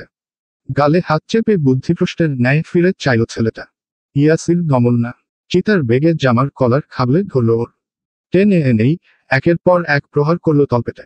হাঁটুর শক্ত হাড়ের পোক্ত খায় রুহান নুয়ে যায়। ব্যথায় কোকিয়ে ওঠে। তার আর্তনাদে জমে গেল থানা। পিনপতন নীরবতায় ভারী হলো দেওয়াল। হাত তুলে কপালের ঘাম মুছল শরীফ। বেচারার গলা শুকিয়ে যাচ্ছে। নেহার চোখে মুখে আতঙ্ক। বেশ কয়েকটা ঘায়ের পর থামল ইয়াসের। রুহানের তখন আধমরা দশা। মদ ছাড়া পেটে কিছু নেই, তার উপর এত মার। যন্ত্রণায় চামড়া সহ ফেটে যাওয়ার জোগাড়। ইয়াসির শক্ত হাতে কাল চেপে ধরতেই আরেক দফা ব্যথায় মুচড়ে উঠল ছেলেটা। তার কথায় অদম্য সাহস। শব্দ বাক্যে পিষে নিল দন্তপাটি। তোর বাপ এলে বলিস, তোকে শুধু ধরেই আনিনি, মেরেওছি। দেখব কি করে। একজন কেন, তোর 10টা বাপ এলেও আমার কিচ্ছু ছিঁড়তে পারবে না। উচ্ছিষ্টের মতো রুহানকে ঝাড়া মারল ইয়াসের। ছেলেটা দুর্বলের মতো খসে পড়ল মেঝেতে। এই সব ব্যথায় দাঁড়িয়ে দাঁড়িয়ে দেখে গেল তুষি। ঘাড়ে তার দরদর করছে ঘাম। ফর্সা মুখ ফ্যাকাশে। মার্বেল চোখে একবার ইয়াসিরকে দেখল, একবার রুহানকে। মনে মনে ভাবল, কি পুলিশ মাইরি, এমপির সন জেনেও মারল। এ তো তাহলে আমার মতো পকেটমারকে আঙুলে পিষে ফেলবে। ও দাদি, এবার আমার কি হবে? এর মাঝেই রুস্তম ঢুকলেন। পেছনে 3 জন সাঙ্গপাঙ্গ, সাথে কমিশনারও আছে। তাদের দেখেই শরীফ তটস্থ হয়ে দাঁড়ালো। নিষ্পাপ নিষ্পাপ ভান টানল মুখে। রুস্তম এসেই ছেলের দিকে চাইলেন। চরের তোরে আগেই নাক ফেটে রক্ত পড়ছিল, এখন নেতিয়ে গেছে পুরো। বাবাকে দেখেই নড়ে উঠল সে। কণ্ঠে উৎকণ্ঠা। ড্যাড, তুমি এসেছ। দেখো কি অবস্থা করেছে আমার। আমাকে নিয়ে যাও এখান থেকে। আমি এখানে আর এক মুহূর্তও থাকতে পারছি না। ছেলের দশায় রুস্তমের বৃক্ষতালু অবধি জ্বলে উঠল। ক্রুদ্ধ হয়ে বললেন, দেখেন, এই পুলিশ আবার আমার পোলার গায়ে হাত উঠাইছে। কমিশনারের জবাব ধীর। আমি দেখছি, তুমি শান্ত হও, মাথা ঠান্ডা করো। তারপর ইয়াসিরের দিকে ফিরলেন তিনি। নরম স্বরটা পাল্টে গেল নিমিষেই। রেগে রেগে বললেন, মিস্টার ইয়াসির, কি করতে চাইছেন আপনি? কতবার ফোন করেছি, ফোন বন্ধ করে রেখেছেন কেন? আর আপনি জানেন আপনি কাকে তুলে এনেছেন? ইয়াসির নিষ্প্রভ। ডিউটির খাতিরে সালাম ঠুকলেও জবাব দিল ফটাফট, জি, রুহান আহমেদ নামক একজন রেপিস্টকে। যে মহিলা হোস্টেলের রাস্তা থেকে একটা 22 বছরের মেয়েকে তুলে নিয়ে গিয়েছিল। মেয়ে নিজে এসেছে কমপ্লেইন করতে, স্যার। আমি তো আমার ডিউটি করেছি, তাই না? কথা সেটা নয়। কথা হলো, ও রুস্তমের একমাত্র ছেলে। এই এলাকার এমপি রুস্তম, আমার চাচাতো ভাই। আপনার আগে আমার সাথে আলোচনা করা উচিত ছিল না। এভাবে হুট করে গিয়েই ওকে তুলে এনেছেন।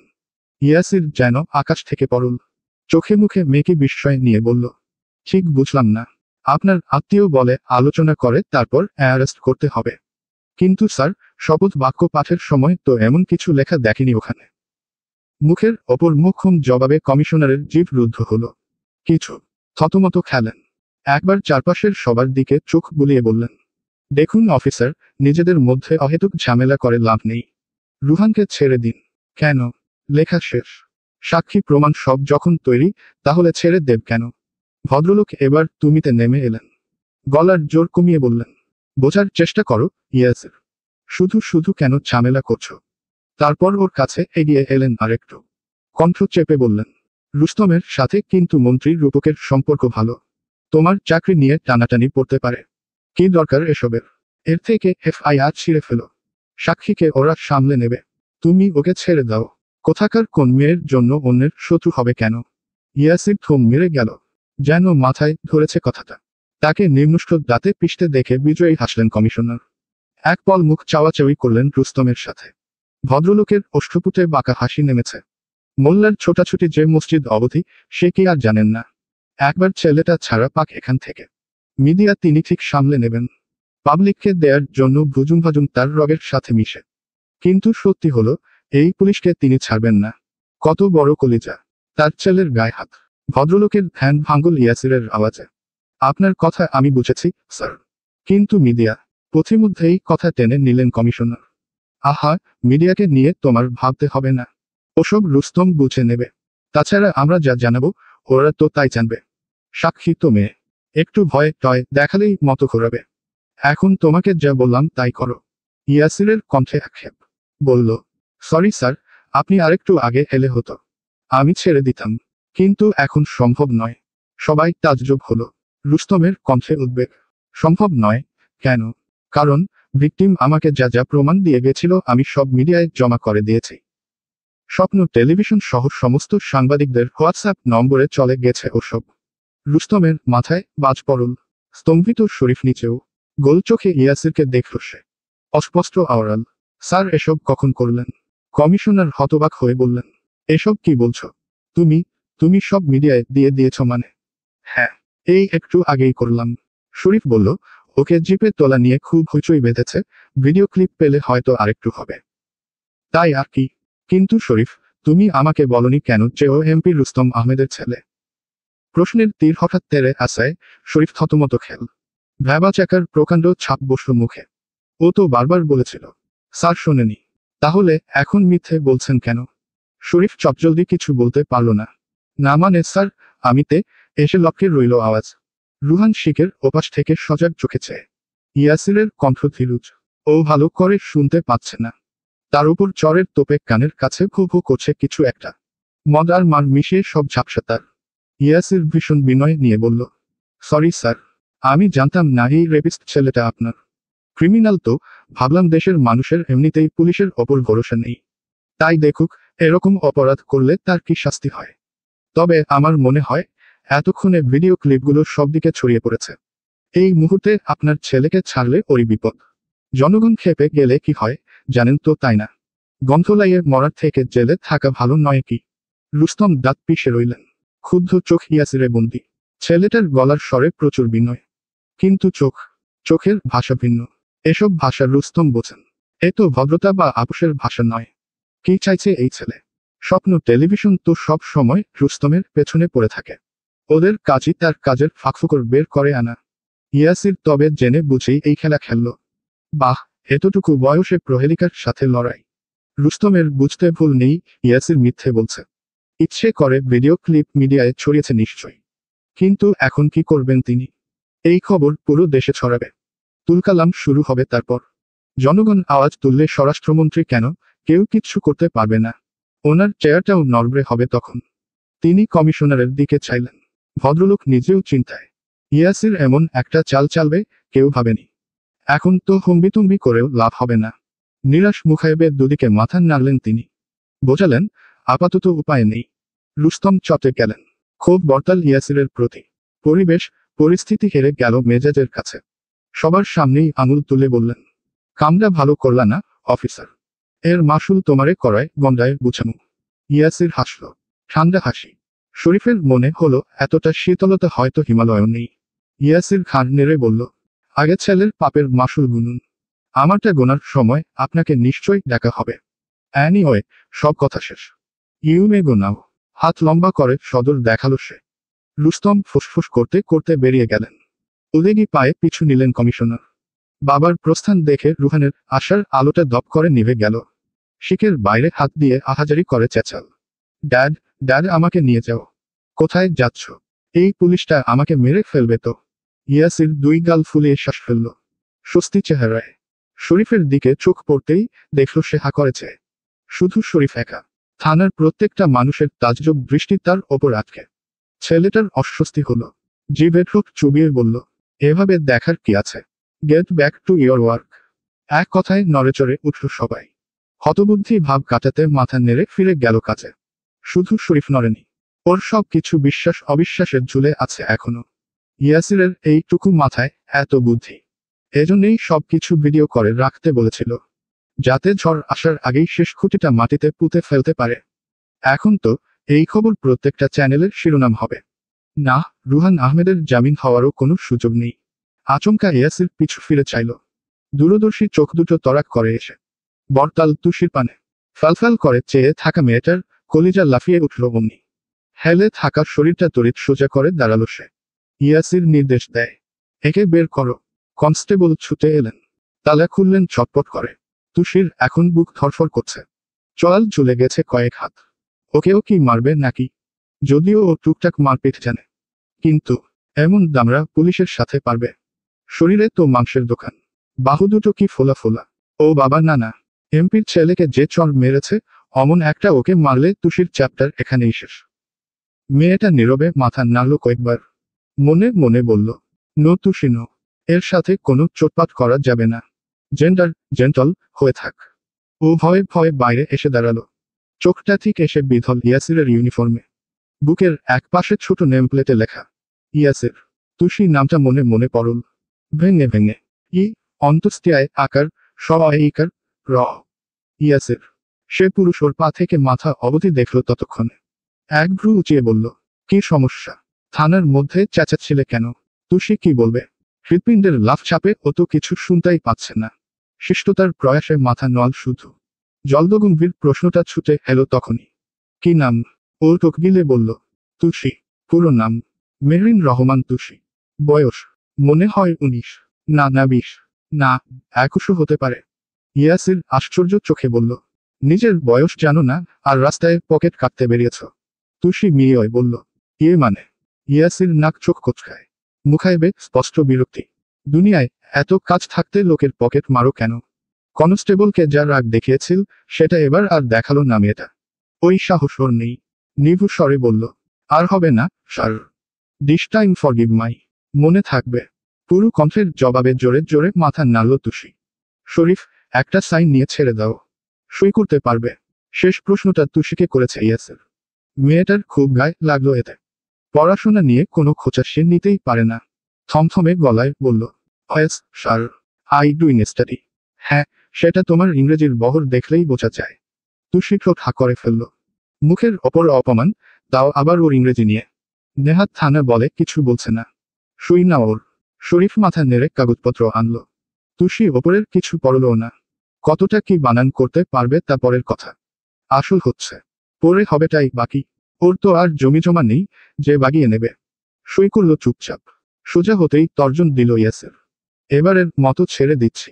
যদি ফের এসব করেছ তখন কিন্তু সোজা করতে চালান করে দেব। তুষি বাধ্য মেয়ে। এক কথায় খাট খাট করল। থামকু স্যার, আমি যাই। ইয়াসির মুখে বলল না, তপ্ত চোখের ইশারায় যেতে বোঝালো। এতক্ষণে হাত ছাড়ল মেয়েটা। চপল পায়ে চলে এলো বাইরে। যাবার আগে সাইনবোর্ডটা ঘুরে দেখল আরেকবার। ঠোঁট বেঁকিয়ে ভেঞ্চি কাটল অমনি। শার্টের কলার ঝাঁকিয়ে বিড়বিড় করল, শালার পুলিশ আমাকে করতে চালান করার ভয় দেখায়। ও জানে আমি কে। নেহাত দাদি একা থাকতে পারেন না দেখে একটু মিনমিন করলাম। না হলে ঠিক বুঝিয়ে দিতাম আমি কি জিনিস। তুষি খাওয়া ছাড়বে, কিন্তু চুরি ছাড়বে না। তুষির বাড়ি ফিরতে সময় লাগলো। মেট্রোতে জায়গা পায়নি। লাইনে দাঁড়িয়ে টিকিট কাটার ধৈর্য তুষির নেই। রিকশাতে বিরাট জ্যাম। পুরো বস্তি তখন ঘুটঘুটে, চুপচাপ। এখানে আবার 11টা বাজতেই সবাই দৌড়ের খিল টেনে দেয়। তুষি চটি খুলে হাতে নিয়েছে। গলির মুখে বসা কুকুরগুলো ওকে দেখে খেউ খেউ করে উঠল। পরপর মুখটা চেনা বুঝতাই শান্ত হয়ে শুয়ে পড়ল জায়গায়। তুষির এসবে চিন্তা নেই। ও কুকুর টুকুরে ভয় পায় না। আপাতত ভয়টা ওর দাদিকে নিয়ে। দাদির কানে কি খবর চলে গেছে না যায়নি। এত রাত অবধি জেগে আছে, না ঘুম। উফ, কি ঝামেলার ব্যাপার স্যাপার। তুষি খুব আস্তে টিনের দরজাটা ঠেলল হাত দিয়ে। পাছে শব্দ না হয়। এ বাড়িতে দরজা খোলা থাকলেও যা, বন্ধ থাকলেও তাই। চোরের ভয় নেই। কি নেবে চোর? ঘটিবাটি ছাড়া তো কিছুই পাবে না। ঘরের ভেতরের টেবিলটা দরজার সোজাসুজি বসানো। ওতে এক টুকরো ডিমবাতির মতো হারিকেন জ্বলছে। আস্তে ধীরে দম ফুরিয়ে আসছে বোধ হয়। তুষি জিভ কাটল। আহহে, দাদি তো বিকেলে কেরোসিন আনতে বলেছিল। পকেট মারার লোভে ও সব ভুলে গিয়েছে। ভালো করে চোখ খুঁড়িয়ে খুঁড়িয়ে দেখল পুরো ঘর। খাটে মশারি টাঙানো। তার মানে দাদি ঘুম। যাক, ভালোই হয়েছে। তুষি দৌড় চাপাল খুব আস্তে। খিলটা তুলে ফিরতেই চমকাল অমনি। মুখের সামনে থান পরা বৃদ্ধা এসে দাঁড়িয়েছেন। হঠাৎ দেখায় ভরকাল তরুণী। হকচকিয়ে পেছালো এক পা। বুকে থুথু ছিটিয়ে বলল, হট ইচ দিস দাদি? এভাবে কেউ সামনে স্ট্যান্ড করে? ভয়ে এক্ষুনি ডাই করে গেলে কি হতো? হাসনা বানুর চোখ মুখ শক্ত। কথার উত্তর দিলেন না। পাল্টা প্রশ্ন করলেন, তুই এত রাত পর্যন্ত কই ছিলি? তুষি জিভে ঠোঁটে যায়। দাদিকে ও ভয় পায় না, কিন্তু মান্নি করে। সেটা হলো ভালোবাসার মান্নি। এই মানুষটা ছাড়া তো ওর আর সাতুকুলে কেউ নেই। দাদির চেহারার দশায় যা বোঝার বুঝে ফেলল মেয়েটা। নির্ঘাত বাবলু টিনটিন দায়িত্ব নিয়ে উপকার করে গেছে। ওদের সামনে থেকেই তো ওই বদ পুলিশ ওকে খপ করে ধরেছে। মেয়ে পুলিশটা টানতে টানতে তুলেছে জিপে। ছি, ইজ্জত বলতে তুষির কিছু রইল না। কাল ও বস্তিতে মুখ দেখাবে কেমন করে। তুষি দাঁত দিয়ে নখ কাটছিল।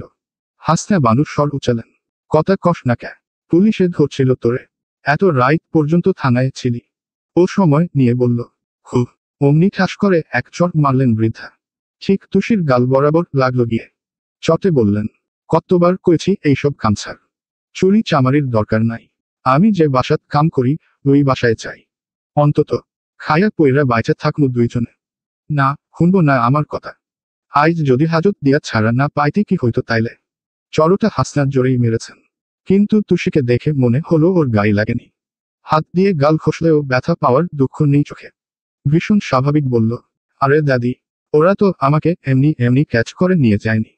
নিয়ে গেছে বস্তির কুশলাদি জানতে। দে গিভিং মি রেসপেক্ট। চেয়ারে বসিয়েছে। কি ইটিং করিয়েছি, কি যে খাতির। বারবার বলেছে, madam what you want. Your কি আর কিছু চাই? কোষে এক ধমক দিলেন হাসনা। চুপ কর। চাপাবাজি অন্য কোনোহানে করবি। পুলিশ তোরে নিয়া ম্যাডাম ডাকছে। এই গল্প আমারে কইলি ভালো, অন্য কাউরে কইস না। পাগল বুড়িটা গারদে হান্দাই দিয়া আইব। গার্দ শুনেই তুষির হাজতের কথা মনে পড়ে গেল। চোখে ভাসল ইয়াসিরের কটমটে মুখ। সাথে রুহানকে ঠাটিয়ে থাপ্পড় মারার দৃশ্য। কেমন ছিটকে গিয়ে দেয়ালের সাথে বাড়ি খেল ছেলেটা। হাতে কত জোর হলে মানুষ অমন থাপ্পড় মারতে পারে। তুষির শরীর ঝাঁকি দিল, যেন এক্ষুনি শটান বিদ্যুতে হাত দিয়েছে।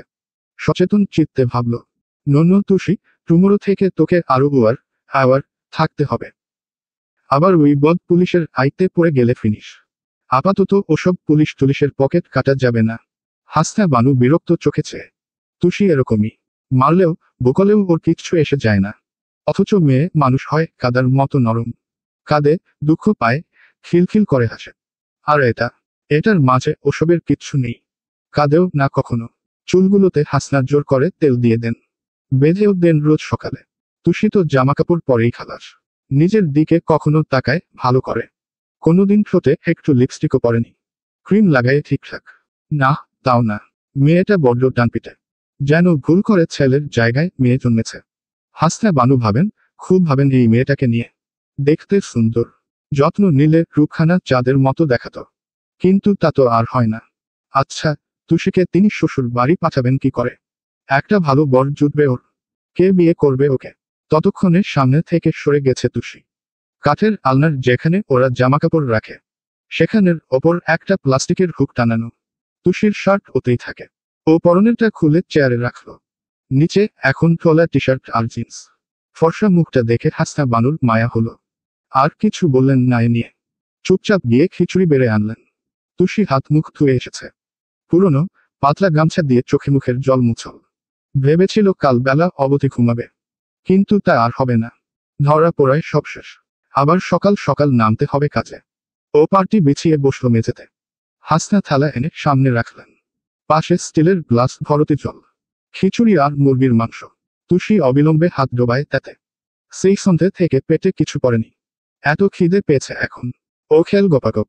আর 5টা মেয়ের মতো আতুপুতু করে খায় না তুষি। চিকন হাতে বড় করে ভাতের লোকমা তোলে। খুব অগোছালো, তাড়াহুড়ো ভাব।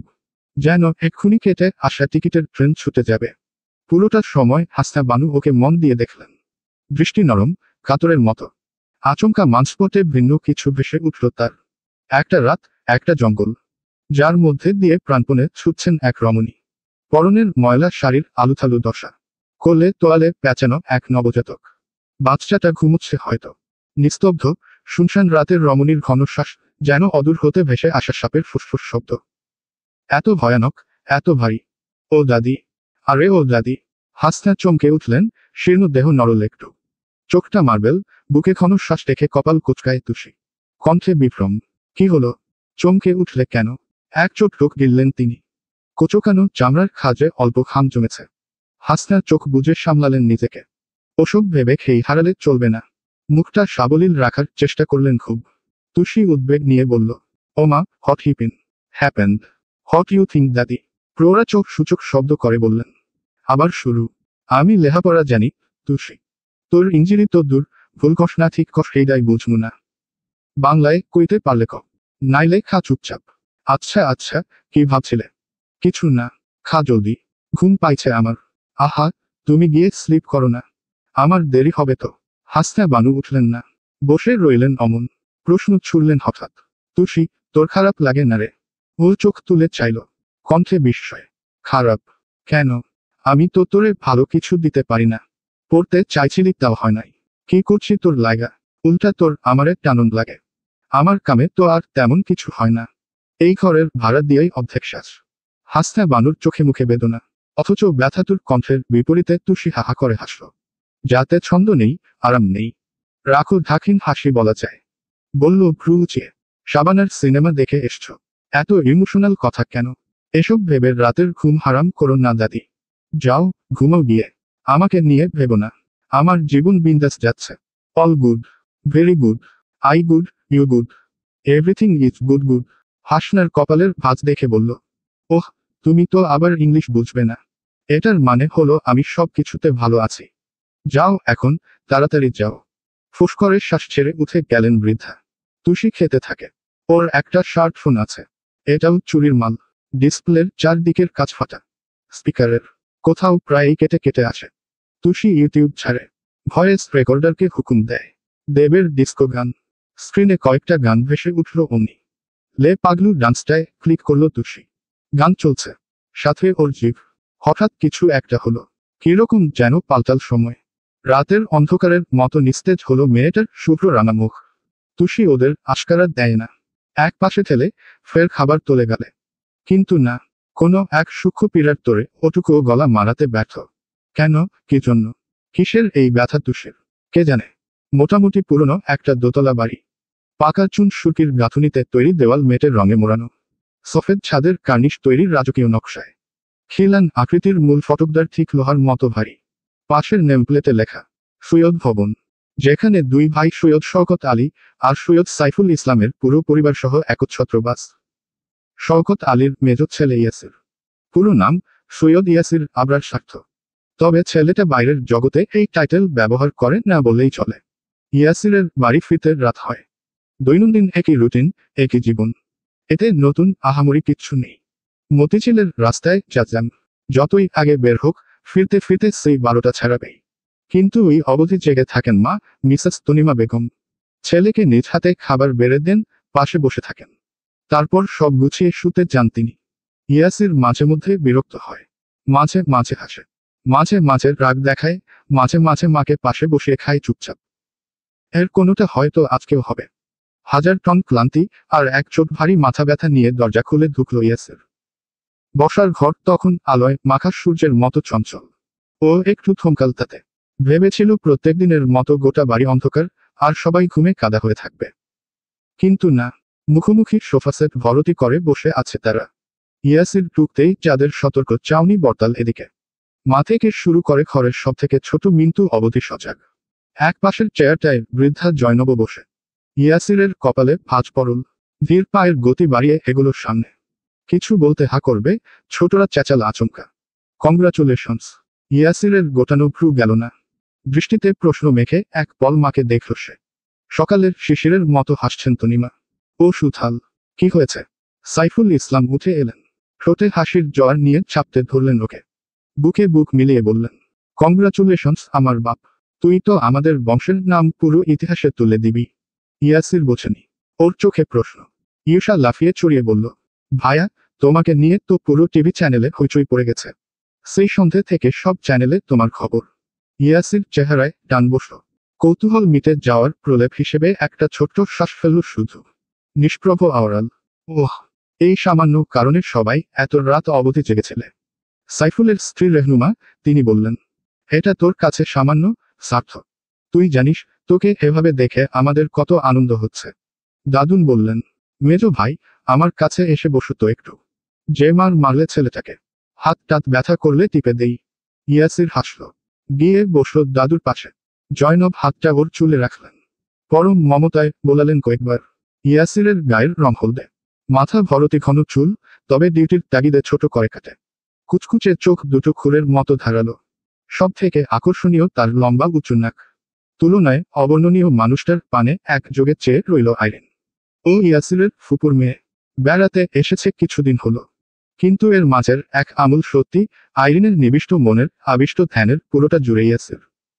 যাকে ও মন থেকে চায়। সব সময়, সক্ষণে। কিন্তু কোথাও যেন হাইফেনের মতো একটা লম্বা বাধা। আইরিন চাইলেও মুখ খুলতে পারে না। এই যে ওর সামনে ইয়াসিরের জন্য মেয়ে দেখা হলো, হাহুতাশে ভেতর ভেতর বুক চাপড়াল মেয়েটা। সেসব কি ও কাউকে বোঝাতে পারবে কখনো? মুখোমুখি সোফায় বসেছিল অয়ন। ও মেডিকেলের ছাত্র। পাকাপোক্ত পেডিয়াট্রিশিয়ান হওয়ার পথে। এই তো, পোস্ট গ্রাজুয়েশনের মাত্র 1 বছর বাকি। খুব আনন্দ নিয়ে বলল, আমি তো আজ সব কাজ বাদ দিয়ে টিভির সামনেই বসেছিলাম, ভাইয়া। তোমাকে নিয়ে যা আলোচনা হচ্ছে না। সাংবাদিকরা সবাই প্রশংসায় একাকার। ইয়াসির হাসল একটু। সৌজন্যতায় টেনে আনা হাসি। ক্লান্ত লাগছে খুব। তার উপর রুহানকে করতে তোলার সমস্ত ব্যবস্থা করে এসেছে। কিন্তু রুস্তম যা ধূর্ত, আবার কমিশনারও সাথে আছেন। শেষ অবধি জয় হবে কিনা সে নিয়ে এখনো চিন্তা মেটেনি। তনিমা বললেন, তুই ফ্রেশ হ, আমি ভাত বাঁধছি। রেহনুমা বললেন, আপা, পরে যাও না। আগে ওই আলাপটা সারি। আইরিনের মুখটা বিবর্ণ হয়ে গেল। বুকটায় দুম করে লাগলো কিছু। তনিমা ছেলের দিকে চাইলেন। ইয়াসিরের মুখাইবে শ্রান্তি। পক্ষান্তরে বাকিদের চেহারায় উচ্ছ্বাস ততটাই। তাই মানাও করতে পারলেন না। এর মাঝেই প্রশ্ন করল ইয়াসির, আবার কি হয়েছে? ইউসা লাফিয়ে উঠল, ভাইয়া, আমরা তোমার জন্য একটা দারুণ মেয়ে দেখে এসেছি। এত মিষ্টি মেয়েটা। কি যে সুন্দর। তোমার সাথে খুব ভালো মানাবে। ইউসা সাইফুলের বড় মেয়ে। খুব চঞ্চল, বোকা। সিভিল ইঞ্জিনিয়ারিং সেকেন্ড ইয়ার, অথচ এখনো কোথায় কি বলতে হয় তাই জানে না। এই যে, সবার মাঝে ফটাকসে বলে ফেলল, তোমার সাথে মানাবে। ইয়াসির বিরক্ত হলেও শব্দ নেই।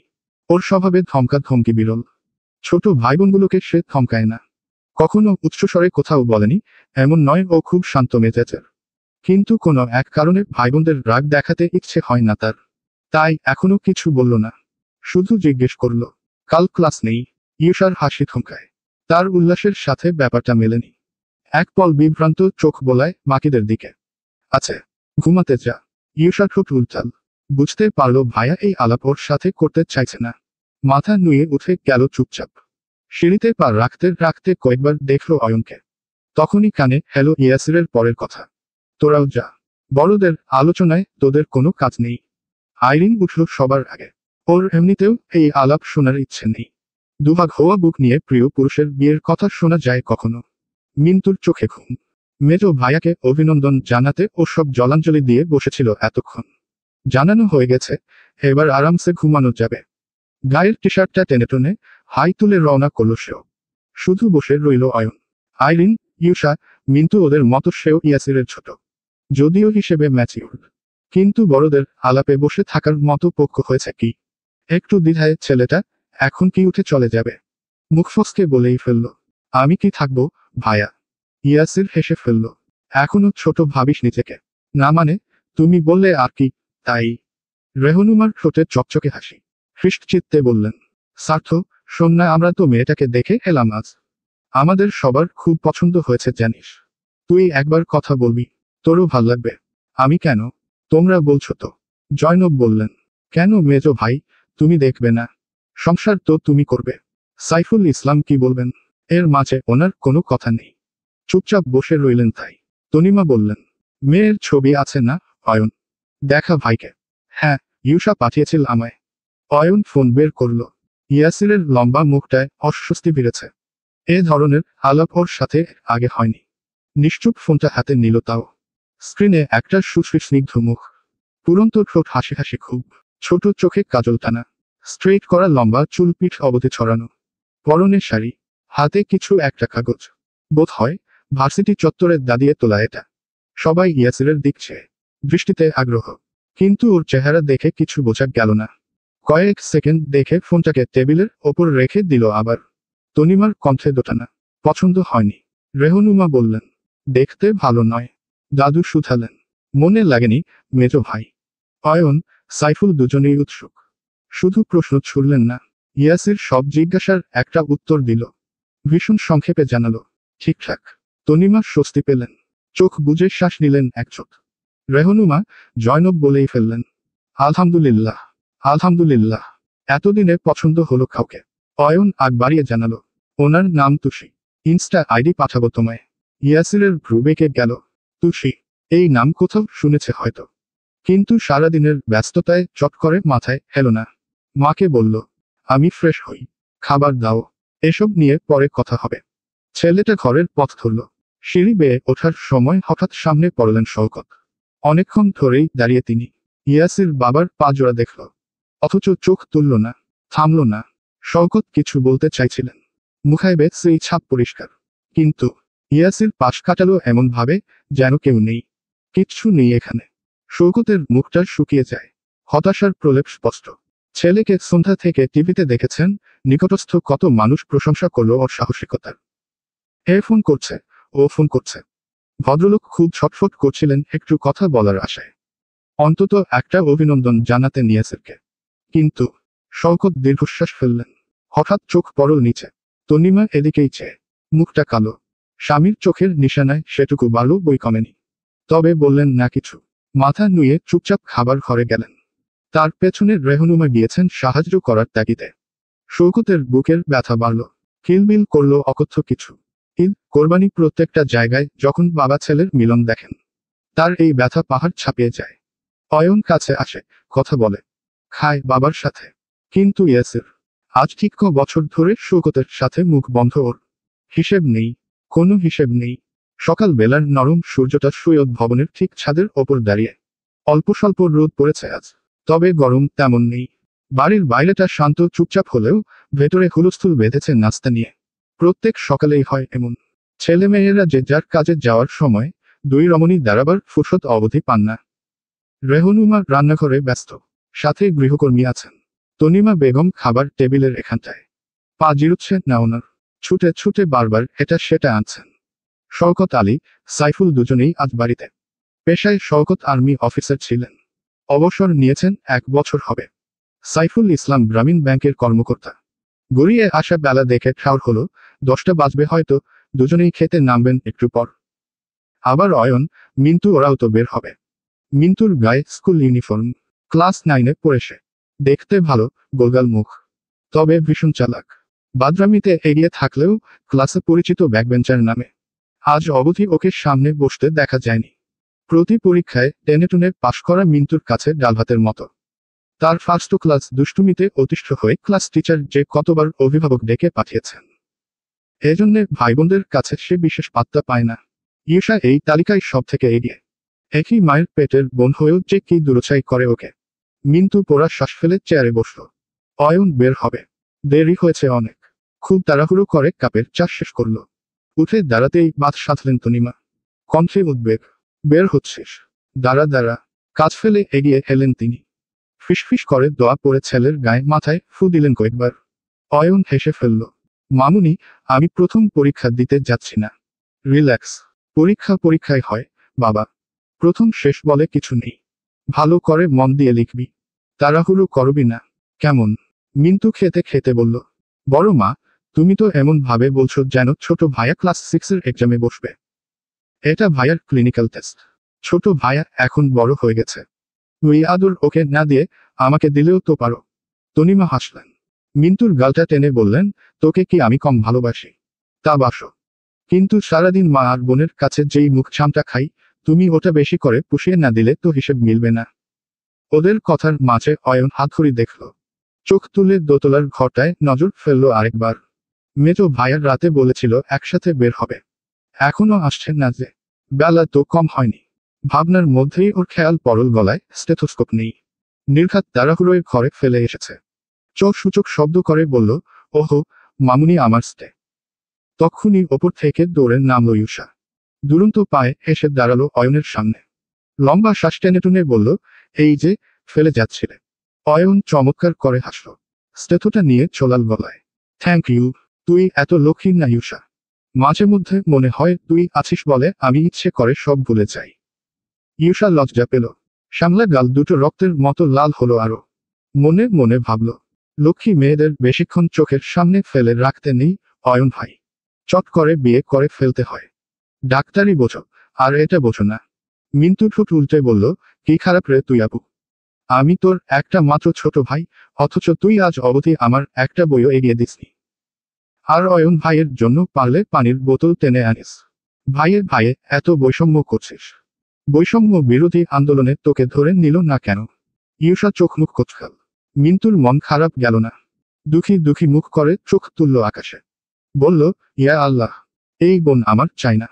হয় এটাকে আমার প্রতি যত্ন দাও, না হো তুলে নাও, তুলে নাও, তুলে নাও। তনিমা হেসে ফেললেন। তাও ছোট ধমক দিয়ে বললেন, যাহ, এ আবার কি কথা? ইউষা চোখ পাকিয়ে বলল, তবে রে। দাঁড়া তুই। ওকে তেরে আসতে দেখেই কাতো ব্যাগটা তুলে ছুট লাগায় মিন্টু। তনিমা হাঁক ছুড়লেন। আরে হো, খাবারটা শেষ করে যা। মিন্টু ছুটলেও জবাব দিয়ে গেল, তোমার লক্ষ্মী মেয়েকে বলো ডাইনি বুড়ি একাই সব খেয়ে নিক। ইউষা চেঁচিয়ে ওঠে। মিন্টু, আমি ডাইনি। বাড়ি আসবি না তুই। মজা দেখাবো তখন। মিন্টু ওসব শোনেনি। সে দৌড়ে বাড়ি ছেড়ে গেছে। অয়ন হাসল মাথা নেড়ে। ইউষার রাগটা দপ করে নিভে গেল তাতে। অয়ন দেখতে সুন্দর। স্বাস্থ্যও ভালো। সাথে ফর্সা শরীরের ওপর সাদা শার্ট পরেছে। হাতে এপ্রন, গলায় স্টেথো। ইস, এত ভালো লাগছে দেখতে। ইউষার মনটা আরেকবার মুগ্ধতায় থুবড়ে পড়ল মাটিতে। ঠিক যেমন পড়েছিল অয়নের প্রতি অনুভূতি হবার পর। বয়ঃসন্ধির সময়সীমায় এসে যে পুরুষকে তার মনে লেগেছে সেই তো অয়ন। ইউষার সকাল বিকেল রাত। ইউষার প্রহর, ইউষার মুহূর্ত, ইউষার গোটা জীবন। অয়ন অপেক্ষায় ক্লান্ত হয়ে থপ করে বসে পড়ল আবার। মাকে বলল, মামুনি, একটু ভাইয়াকে ডেকে দাও না। তনিমা কাজ করছিলেন। ইউষাকে বললেন, যা তো, সার্থকে ডেকে নিয়ে আয়। মেয়েটা তখন গভীর ধ্যানে। নেত্রমণি অয়নেই আটকেছে। তনিমা সাড়া না পেয়ে বাহু ছাকালেন, কি রে, যা। নড়ে উঠল ইউষা, হো। হ্যাঁ। পা বাড়িয়েও থামল সে। বোকা চোখে বলল, কোথায় যেন যাব? ও মা, এই তো বললাম সার্থকে ডেকে আনতে। এর মাঝে ভুলে গেলি। রেহনুমা সদ্য এ ঘরে এসেছেন। শেষ কথাটা শুনেই বললেন, ভুলবে না। সারাদিন ফোন টিপলে মাথায় ব্রেইন বলতে কিছু থাকে। কোনোদিন দেখবে মাথার ঘিলুর সাথে রক্তটাও চুষে খেয়েছে। ও যে এখনো বেঁচে আছে এই তো অনেক, আপা। ইউষা ঠোঁট উল্টাল। তর্ক করার অভ্যেস তার হাতে নেই। তাও আবার মায়ের সাথে। মুখ গোছ করে হাঁটা ধরল ইয়াসিরকে ডাকতে। রেহনুমা বললেন, আপা, ও বাড়িতে ফোন করেছিলে? কথাবার্তা এগিয়েছ? হ্যাঁ রে। ওনাকে দিয়ে করালাম। এই সপ্তাহেই ভাবছি আন্টিবলটা সেরে ফেলবো। বাহ, খুব ভালো হবে। শুভ কাজের দেরি করতে নেই। আপা, আমাদের একজন কথা বলার নতুন সঙ্গী হবে বলো। অয়নের হাতে মোটা বই। ইয়াসির নামতে নামতে যতটা চোখ বোলানো যায়। স্বভাবে তার মতো পোড়াকয়ে বাসায় কেউ নেই। মনোযোগ ওখানে থাকলেও মায়েদের কথা শুনেছে। মাঝখানে বলল, এখনকার যুগের মেয়ে ছোট মা, গল্প করবে নাকি দুদিন পরেই বরকে বলবে চলো আমরা আলাদা থাকি? রেহনুমা ঘাবড়ে গেলেন। চিন্তিত হয়ে বললেন, হেমা, তাই তো। আপা, তাহলে কি হবে? আমাদের সাথের বউ যদি সত্যি এরকম করে? আরে হো, ও মজা করছে। তুইও না অয়ন, কেন এসব বলছিস? একটা ভালো কাজের শুরুতে এমন বাজে কথা বলতে নেই। অয়নের চোখ বইয়ে আঙুল চালিয়ে একটা পাতা উল্টাল। ওভাবেই বলল, কি জানি, তোমাদের ব্যাপার স্যাপার। আমার যা মনে হলো তাই বললাম। দেখি তো আমার ব্যাচমেটদের বউগুলোকে। দুদিন যেতে না যেতেই তাদের আলাদা সংসার চাই। এজন্যই আমি এসব বিয়ে টিয়ের ফ্যাসাদে পড়তে চাই না। ভাইয়াও যে কেন রাজি হলো। যাক গে, ভাইয়া করছে কি এতক্ষণ? অলরেডি আম গেটিং লেট। এরপর বেশি দেরি করলে তো টুকতেই দেবে না। ওপরে দাঁড়িয়ে সবটা দেখছিল আইরিন। মুখখানায় ঘন আমাবস্যা তার। ইয়াসিরের বিয়ের আলাপ তার বুকের দরে এক একটা ছুরির ঘা। কেন যে ওই পুরুষকে ওর চোখে লাগতে গেল? এখন না পারছে বলতে, না পারছে গিলতে। এর মাঝেই রুম ছেড়ে বের হলো ইয়াসির। পায়ের শব্দে ফিরে চাইল আইরিন। লম্বা গড়নের সুঠাম দেহের অধিকারী এই পুরুষকে ও নিজের সবটা দিয়ে চায়। ইয়াসির দেখল আইরিনকে। পাশ কাটানোর সময় চোখে পড়ল একবার। সেকেন্ড কয়েক পরপরই নজর ফিরিয়ে নেমে গেল নিচে। কিন্তু ওই অল্প তাকানোতেই আইরিনের গলায় উগলে এলো কান্না। এমনই হয়, ইয়াসির কখনো ওর সাথে একবারই কথা বলেনি। আইরিন যতটা বলে, যা জিজ্ঞেস করে তার উত্তর দেয়, এই যা। ইয়াসিরের যাওয়ার পুরোটা সময় সে চেয়ে রইল।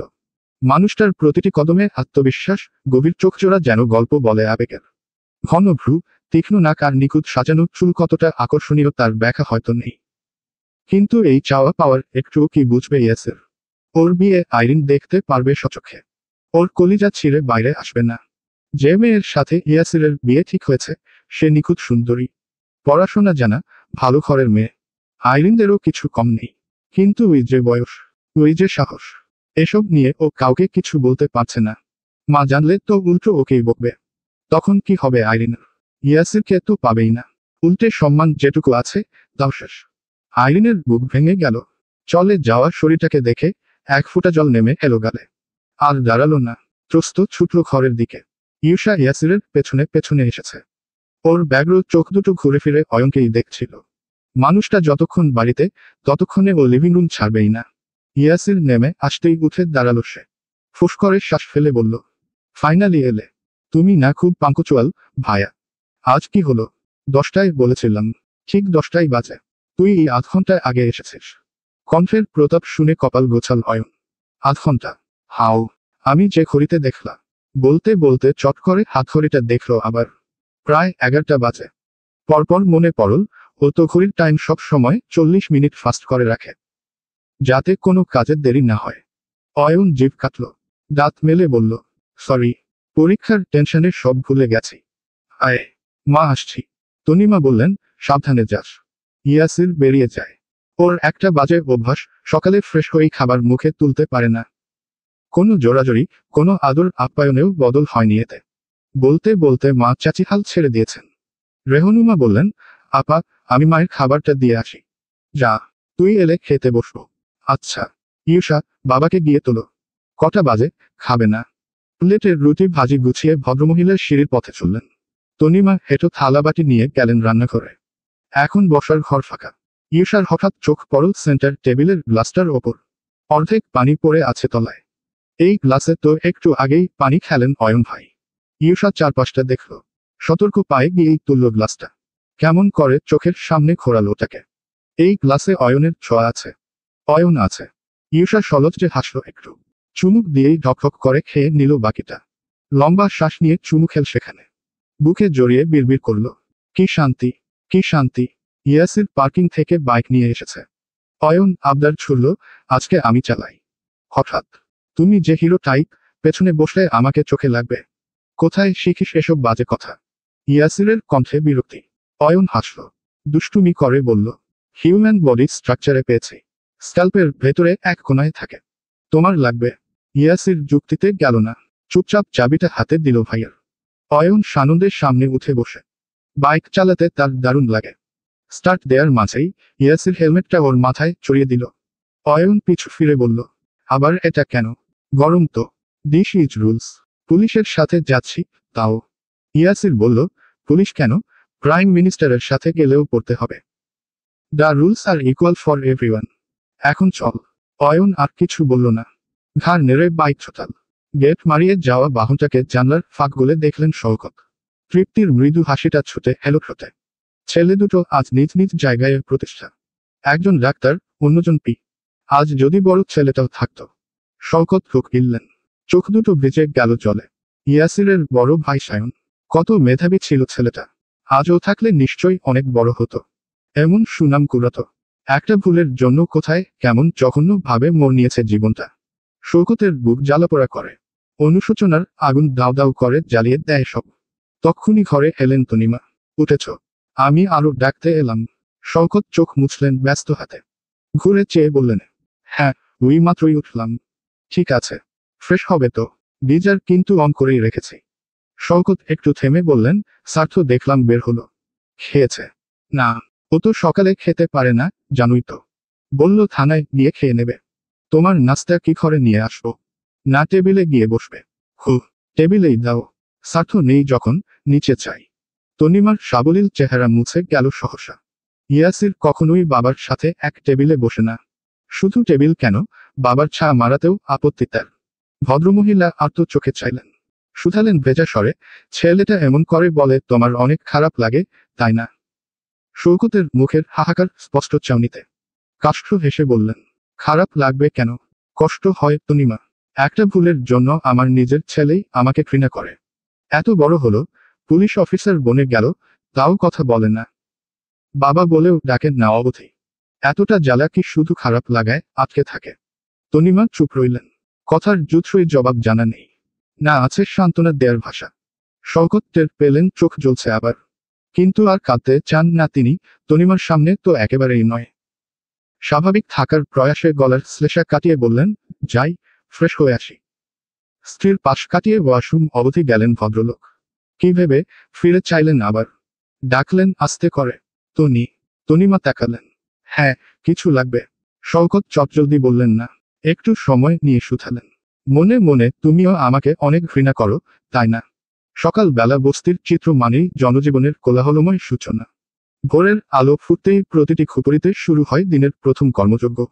ছোট ছোট ঘরগুলোর চালের বাঁকে উনুনের ধোঁয়া উঠতে শুরু করেছে।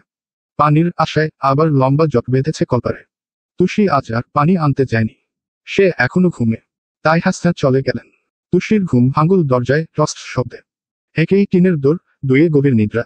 সব মিলিয়ে মেয়েটার মেজাজ চটল খুব। উঠে এলো ধুপোধাপ পায়। ওপাশে দুটো চেনা মুখ দাঁড়িয়ে। বাবলু আর টিনটিন। তুষি কপাল কুঁচকে বলল, তোরা এত মর্নিং মর্নিং মর্নিং কি চাই? ওরা যেন অবাক হলো। টিনটিন দুই ভ্রু উঁচিয়ে বলল, ওস্তাদ, তুমি বাইতে। বাবলু বলল, কখন আইলা? ও আল্লাহ, তুমি দেহি পুরা ফিট। আমরা তো ভাবছিলাম পুলিশ তোমারে খা দিয়ে অজ্ঞান বানাই লাইছে। তুষি চোখ রাঙিয়ে বলল, সেটাপ, মাউথ বন্ধ। আমাকে খা দেবে কোন ব্যাটার কলিজা? আর তোরা কাল ও কথা দাদিকে এসে বলে দিলি কেন? তোদের আমি বলতে বলেছিলাম।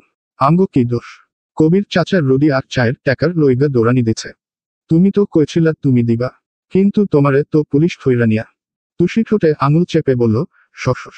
সম্মান ইটিং করবি নাকি? সবাই লিসেন করে নিলে সমস্যা না। এসব কথা কাউকে টেল করা যাবে না। ওরা ঘাড় নাড়ল।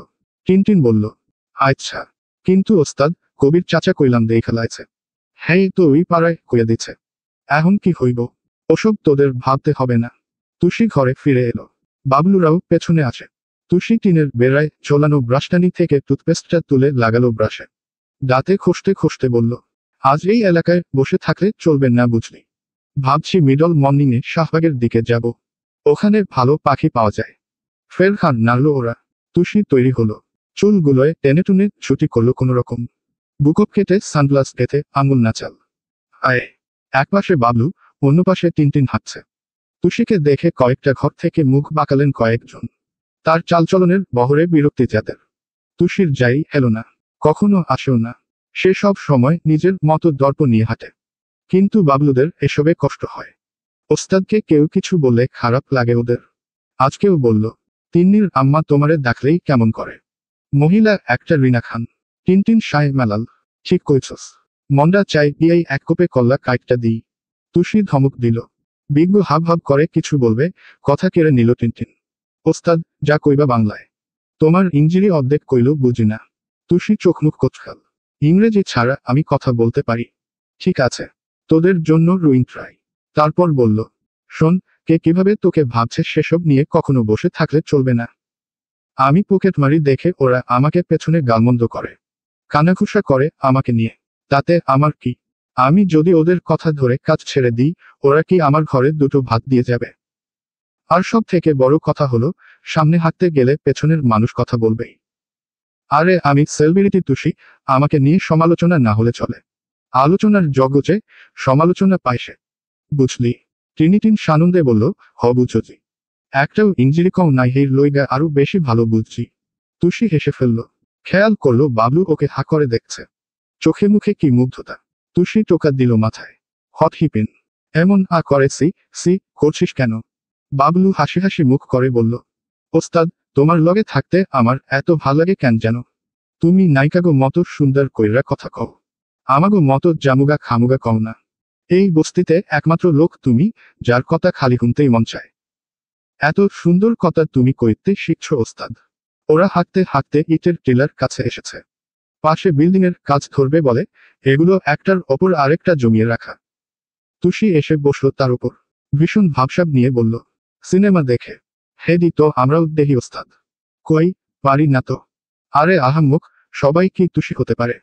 সাধে কি বলি আমি সেলিব্রিটি। নেহাত ভুল করে বস্তিতে জন্মে গেছি। না হলে এই বস্তি কি আমাকে ডিজার্ভ করে রে? এক্ষুনি যদি এফডিসির দরজায় নিয়ে দাঁড়াই, পরিচালকদের লাইন লেগে যাবে আমাকে নায়িকা বানানোর জন্য। খালি তোদের ভালোবাসি দেখে চায় না। টিনটিন বাবলু একে অন্যের মুখ দেখে হাসল। তুষি বুকপকেট থেকে সানগ্লাসটা নিয়ে পড়ল চোখে। উঠে দাঁড়িয়ে বলল, যাক, ওসব বাদ। Heavy time wasting. Now I going. You want go? So come. তুষির আজ দিন ভালো। কাজে নেমেই ছক্কা হাঁকিয়ে ফেলেছে। সকাল থেকে 8টা পকেট হাতানো শেষ। যদিও তার মধ্যে 3টে পকেটই ফাঁকা। এরা কি বের হওয়ার সময় মানিব্যাগে একটু টাকা পয়সা নিয়ে আসতে পারে না? কিন্তু তাও, কথায় বলে নায়ের চেয়ে কিছু থাকা ভালো। তুষি মন দিয়ে টাকা গুনছে। দুপাশে বাবলু টিনটিন বসে। ওদের মনোযোগও টাকার নোটে। সব মিলিয়ে টাকা 5,000 হলো। তুষি হিসেব মিলিয়ে আলাদা করলো সেসব। এর থেকে গোলাপ আর কবিরকে দিলে থাকবে 1,500। দাদিকে এখনো মালিকপক্ষ বেতন দেয়নি। রান্নার কাঠও ফুরিয়ে এসছে। বাকি টাকা দিয়ে তাহলে আজ ঘরের সব দরকারি জিনিস কিনবে তুষি। ও সব টাকা পকেট ভরল। শুধু দুটো 100 টাকার দুটো নোট দুজনকে দিয়ে বলল, নে, কিছু কিনে খাস। ওরা খুশি হয়ে গেল। ময়লা মুখখানা চকচকে হলো অমনি। বাবলু আনন্দে মাথা ঝাঁকিয়ে বলল, ওস্তাদ, তুমি কত ভালো। তুষি মৃদু হাসল। উঠে দাঁড়িয়ে বলল, তোরা থাক, আমি মানি দিয়ে আসি। বড় রাস্তার বাজারের পথ ধরল মেয়েটা। ওটার পাশ দিয়েই মেইন রোড গিয়েছে। ও সোজা গোলাপের দোকানে এলো। আজ কোনো কাস্টমার নেই। বসে বসে রেডিও শুনছে গোলাপ। বাংলাদেশের ম্যাচ চলছে হয়তো। গোলাপ মধ্যবয়সী পুরুষ। একটা বড় ভুঁড়ি আছে সামনে। বসলেই সেটা কুমোরর মতো ঝুলে থাকে। তুষি এসে দাঁড়ালো। কালো, মোটা গোলাপকে দেখল কিছুক্ষণ। এই ব্যাটা ঘরে বউ রেখে ওর পেছনে ঘুরে বেড়ায়। নেহাত ধারে জিনিসপত্র নেয়, বলে কিছু বলে না। কিন্তু মেজাজ চটলে কবে এটারও মেইন পয়েন্ট থেতে দেবে কে জানে। তুষি টাকা বাড়িয়ে ধরল, নাও, ইউর পাওনা টাকা। গোলাপ বিঘ্ন পেয়ে একটু মেজাজ খারাপ করলো। তুষিকে দেখতেই সেসব উবে গেল আবার। ঠোঁটে চওড়া হাসি টেনে বলল, তুষি, কেমন আছো? আমি অলওয়েজ গুড থাকি, চাচা। নাও টাকা ধরো। ক্যাচ। আহা, আবার চাচা। সেদিন না নাম ধরে ডাকলে। অমন ডাকন না। তুষি চোখ সূচক শব্দ করল। টাকা ধরো। তোমার থেকে টাকা নেব না। না, তুমি শুধু ভালোবাসা দিও তাহলেই হবে। তুষি দুহাত কোমরে রেখে ছেলেদের মতো দাঁড়ালো। কপাল কুঁচকে বলল, লে হালুয়া, আমি থাকি বস্তিতে। বাসাটাও ভাঙা। তোমাকে দেয়ার জন্য ভালোবাসা কি আকাশ থেকে পড়বে? গোলাপ থতমত খেল, আমি তো ওই ভালোবাসার কথা বলিনি। আমি বলে। তুষি কথা কেড়ে নেয়। No talk. রইল তোমার মানি। আর 700 পাবে। Giving next. তুষি চলে গেল। গোলাপের চোখে মুখে বিভ্রান্তি। তুষি না কাল ভালো ছিল। আজ হঠাৎ এমন চ্যাটাং চ্যাটাং করে গেল কেন? বেচারার মন খারাপ হয়। তুষিকে তার কি যে ভালো লাগে। কি সুন্দর চোখ, নাক গায়ের রং। কিন্তু ও তো পাত্তাই দেয় না। এ জন্মে তুষি কি তার মন বুঝবে না? তুষি কবিরের টাকা দিয়ে ফিরে এলো জায়গায়। তার শিষ্য দুজন ওখানেই বসে চিপস খাচ্ছে বাবলু। তবে টিনটিনের মাঝে একটু মুরব্বিয়ানা আছে। তার এসব চিপসে পোষায় না। ওকে চুইংগাম চিবোতে দেখে তুষি চোখ ছোট করল। সন্দিহান সুথাল, এসমক করেছিস? টিনটিন চোখ বড় করে মাথা নাড়ল। না না, তুমি মানা করছো, এরপরেও ওসব আমি খামো ওস্তাদ। তুষি বাবলুর দিকে চাইল। ছেলেটার মুখে চিপস। তবে উদ্বেগ নিয়ে জানালো, আমি কিছু জানি না ওস্তাদ। টিনটিন কইছে তোমারে না কইলে আমারে 20 টাকা দিব। অহন কইয়া দিলে তো আর টাকা পামু না। তাই আমি কমু না কিছু। ত্রস্ত ওর মাথায় চড় মারল টিনটিন। রেগে রেগে বলল, হালার বলরা, কইয়া তো দিলি 20টা জুতা দিমু তোরে। তুষি কটমটিয়ে উঠল। পায়ের জুতোয় হাত দিতেই ছুট লাগালো টিনটিন। ও দমেনি। পিছু নিল ওর। বাবলু বেকুব বনে যায়। চিপস মুখে নিয়ে হা করে চেয়ে থাকে সেদিকে। মাথা চুলকে ভাবে, আমি তো কিছু কই নাই। ওস্তাদ তাইলে কেমনে বুঝছে? তুষি টিনটিনকে ধরতে পারেনি। রোগা পাতলা ছেলেটা দৌড়ের তোপে হাওয়ায় মিলিয়ে গেল। তুষি চেঁচিয়ে বলল, পেয়ে নিই তোকে। এসমকের মজা বোঝাব। তুষি ফিরতে নেয়, হঠাৎ চোখ পড়ে অদূরে। বাজারের থলি হাতে একটা মেয়েকে দুজন ছেলে কিছু বলছে। মেয়ের চেহারায় বিরক্তি অল্প হয়। ছেলে দুটো হাসছে। মেয়েটা যেতে চাইলে বাদ সাধছে বারবার। তুষি কপাল কুঁচকে দেখল কিছুক্ষণ। কি হচ্ছে ওখানে? ইভটিজিং। রাগে তুষির মাথা ফুলে গেল। তার এলাকায় ইভটিজিং। শার্টের হাতে গুটিয়ে পা বাড়াল সহসা। আজ এ দুটোকে মেরে মুখের ডিসপ্লে বদলে দেবে। আচমকা একটা বাইক এসে থামল সেখানে। বাইকের পেছনের আরোহী পুলিশের পোশাক পরা। মাথার হেলমেটটা খুলতেই তুষি থমকে গেল জায়গায়। ইয়াসির থেমে নেই। কেমন ঝড়ের মতো নেমেই ছেলে একটার গালে চড় মারল। আরেকটার কলার ধরে খুশি বসাল মুখে। তুষির এগোনোর সাহস শেষ। ইয়াসিরের মারের হাত টনটনে। ওকে দেখলে যদি মেরে দেয়। বিড়বিড় করল, ওরে বাবারে বাবা, পালাই। তুষি উল্টো ঘুরে ছুটতে নেয়। পেছনের শটান তারের খাম্বায় ধাক্কা লাগে অমনি। কপালটা ঠুকে গেল। আর ব্যাস, তুষি ছিটকে পড়ল মাটিতে। এক হাত দূরে কিছু পড়ার শব্দে ভরকে গেল অয়ন। ইয়াসিরের থেকে চোখ সরিয়ে ত্রস্ত চাইল এপাশে। একটা মেয়ে চিৎ হয়ে পড়ে আছে। তাড়াহুড়ো করে বাইকটাকে স্ট্যান্ডে রেখে নামল সে। তুষি ব্যথায় শেষ। পিঠে লেগে পিঠের চামড়া আস্ত নেই। এর মাঝেই অয়ন কাছে ছুটে এলো। হাতটা বাড়িয়ে বলল, পড়লেন কি করে? উঠে আসুন। চলবে।